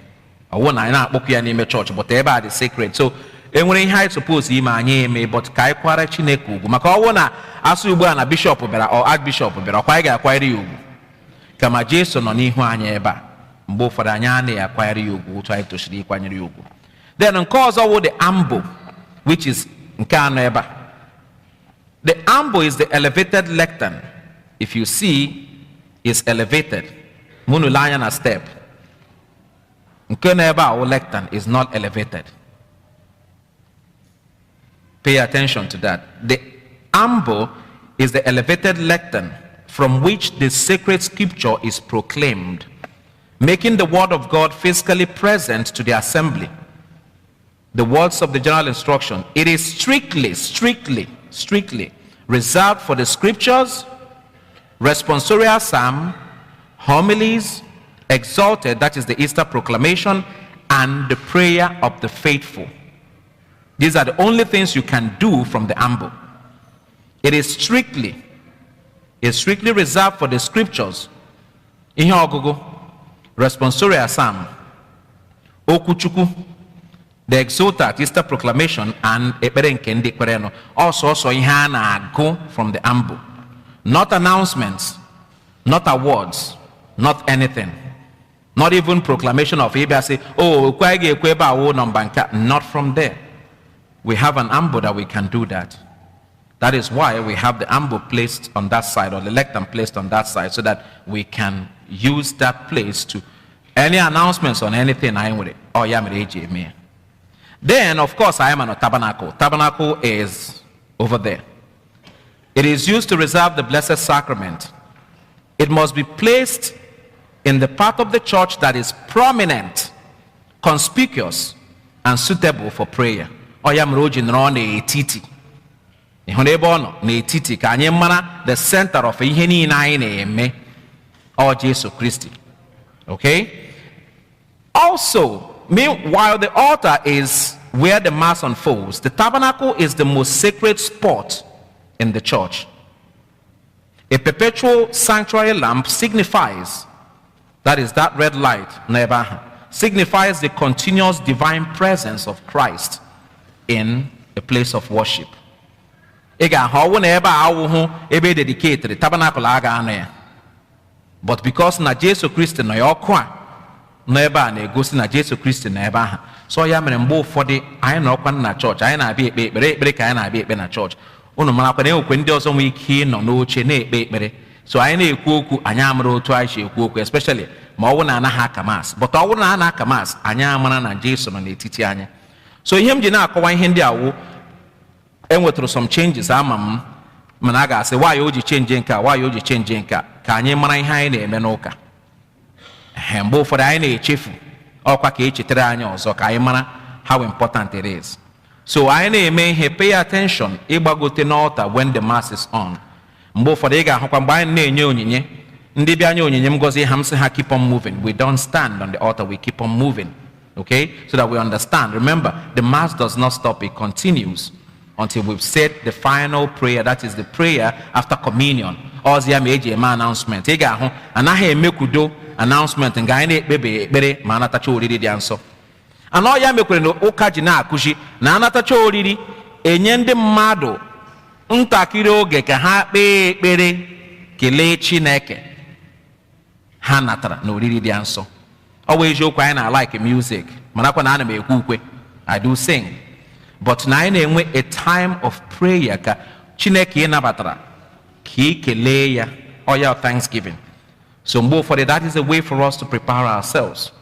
Yes, mgbe ụfọdụ a na-ekwu ukwe, ukwe a na-ekwukwu mgbe ụfọdụ ọ ya mere ị ga-ahụ in a place a na-ekwu ukwe asị gị ekpe meditative hymn. Often the times ekwe the ukwe after communion, the soul of Christ sanctify me. So to remind us that it's a time of prayer. Enwere ihe anyị na-eme dịkwa mma, ọwụ culture anyị ma a na-asị culture part of our practices, but also ka anyị pay attention. Mgbe ụfọdụ ka anyị mara ihe awụ ekpere ka anyị bịara ikpe. so ka anyị mara n'ebe anyị nọ n'etiti ọkwa n'obi Chineke ka anyị nọ ọkwa ya ka anyị mekwe na anụ kpakwa na agwa ka anyị nọ n'obi Chineke amen. So ihe ndị a ka m sị ka m gụọ ọrụ ụnụ ka ụnụ mana ọwụ na ụnụ amabu ya bifo but dị ka echefuru ya echefu ka m na-ebido ọrụ ebe a ọ ya mere m ji sị ka m gụọ ya ka onye ọwụ na-amara mgbe ụfọdụ ịma anya na-ele anya ịmụ na ụnụ nọ online ọkwa ụnụ ma ama ụnụ ọma na ụnụ nọ online ọkwa ya so ihe niile ụnụ na-eme nọ na onyonyo ọ naghị ezo ya ezo ka ụnụ mara amara so ọ ya mere ka anyị mara ihe anyị suppose ime but nke anyị ga-emewu nke obodo anyị eme ya ka anyị mara otu anyị na-eche ebubata onyinye were obiọma na-agbara Chineke egwu na-abụrụ ya ọbụ yes that is who we are, that is part of our culture but ka anyị marakwa na ụka nwere usoro amen. Ekele dịrị Chineke ka anyị niile kwuru n'ọtọ. Ihe ọzọ wụkwa biko unu ma na ugbu a enwere fada abụọ ebe a so mgbe ụfọdụ ofu fada bi ebe a fada nke ọzọ bi na St. Anselm onye ọwụ na paaki shikwa na fada paaki ya n'ihu ụlọ fada a ga-eto moto gị no let us be real because ọwụ na fada nwee mass na ọ na rush to come to mass and enwe ebe ọ ga-paak akwasị fada bịara late and anyị niile ma very well na enwe onye ọzọ bịa paaki shie n'ihu driveway gị ọkwa ma yocha anyị na-eche eme right. So please do not block the driveway. Please do not. Because fada bata ugbu a na ọ kacha mass anyị nwere ike nọrọ mass ya kacha bata enwe otu ọ ga-esi aba anyị mere burial na Friday ofu onye apaaki shie fada na-agwa ya na-aga fada eze na ọ na-apaaki ebe aha kemgbe 18 years na enwe onye na-atọpụrụ ya ọnụ so ama otu ama mgbe anyị bịara ebe a na 18 years ọkwa ịma so but ihe m kwe na-ekwu ya maka ịma fada kwuo asị fada ekwuo na enwe ndị agha na-adị mma na mkpọrọ hihie ọkwa ya but biko apaaki shi na fada ọwụ na m enwe masị enwere ihe a na-eme m sị ka m bịa nọnyere ụnụ blọkụ shie m ebe ahụ ele otu m ga-esi aba nọ n'ime ebe ahụ m bịarụzie m na-achọ ebe m ga-apaaki marakwa na enwere fada abụọ ofu bi ebe a ofu bi ebe ọzọ so ọ na-abata ọ na-aba na garaji so that ka o nwee ike ana mgbe ụfọdụ kwana marakwa mana fada abụọ a na-arụ na the both parishes so enwe sick call ọ bụ eziokwu na anyị nwere ndị na-aga ahụ ndị na-eji ha ahụ na parish anyị but enwe sick call most of the time ọ fada ga-agbara pụọ so unu blọkụ shie fada ele otu ọ ga-esi aga sick call abịa na-eme announcement n'etiti mass na enwe onye blọkụrụ fada ana abịabeghị m abịa m nwetakwa complain na ndị neighbors m na a na-apaaki shi ihe ụlọ ha ka biko ebidoro m kwata awụ 5th of July ebido agbago m isi awa 3 ka 4 biko ka m kakwana anụ nke a n'udo amen. So biko mgbe ụfọdụ anyị echefu ọwa eziokwu anyị ma na anyị wụ ndị ụka anyị chọrọ ịbịa maasị banye na maasị ọ ya mere anyị ji eme ya but consider kwa anụ ndị ọzọ biko ụnụ anọchiri na ha ụzọ nke ka nke fada maka enwere ihe nwee ike ime aga ama na ara fada agbara bịa ka ọ bịa ka maasị ụnụ blọkụ shi enwe ebe ọ ga-apaaki biko nwe onye anyị na-atụ aka nwe onye anyị tụga aka kama ọ sị ka eme ka onye ọwụ na-amara oke onye nwe anyị nọnyere ụnụ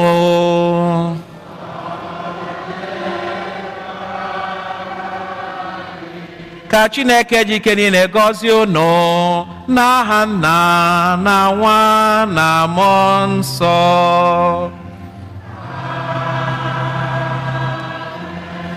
na-abanụ misa gwụsịgo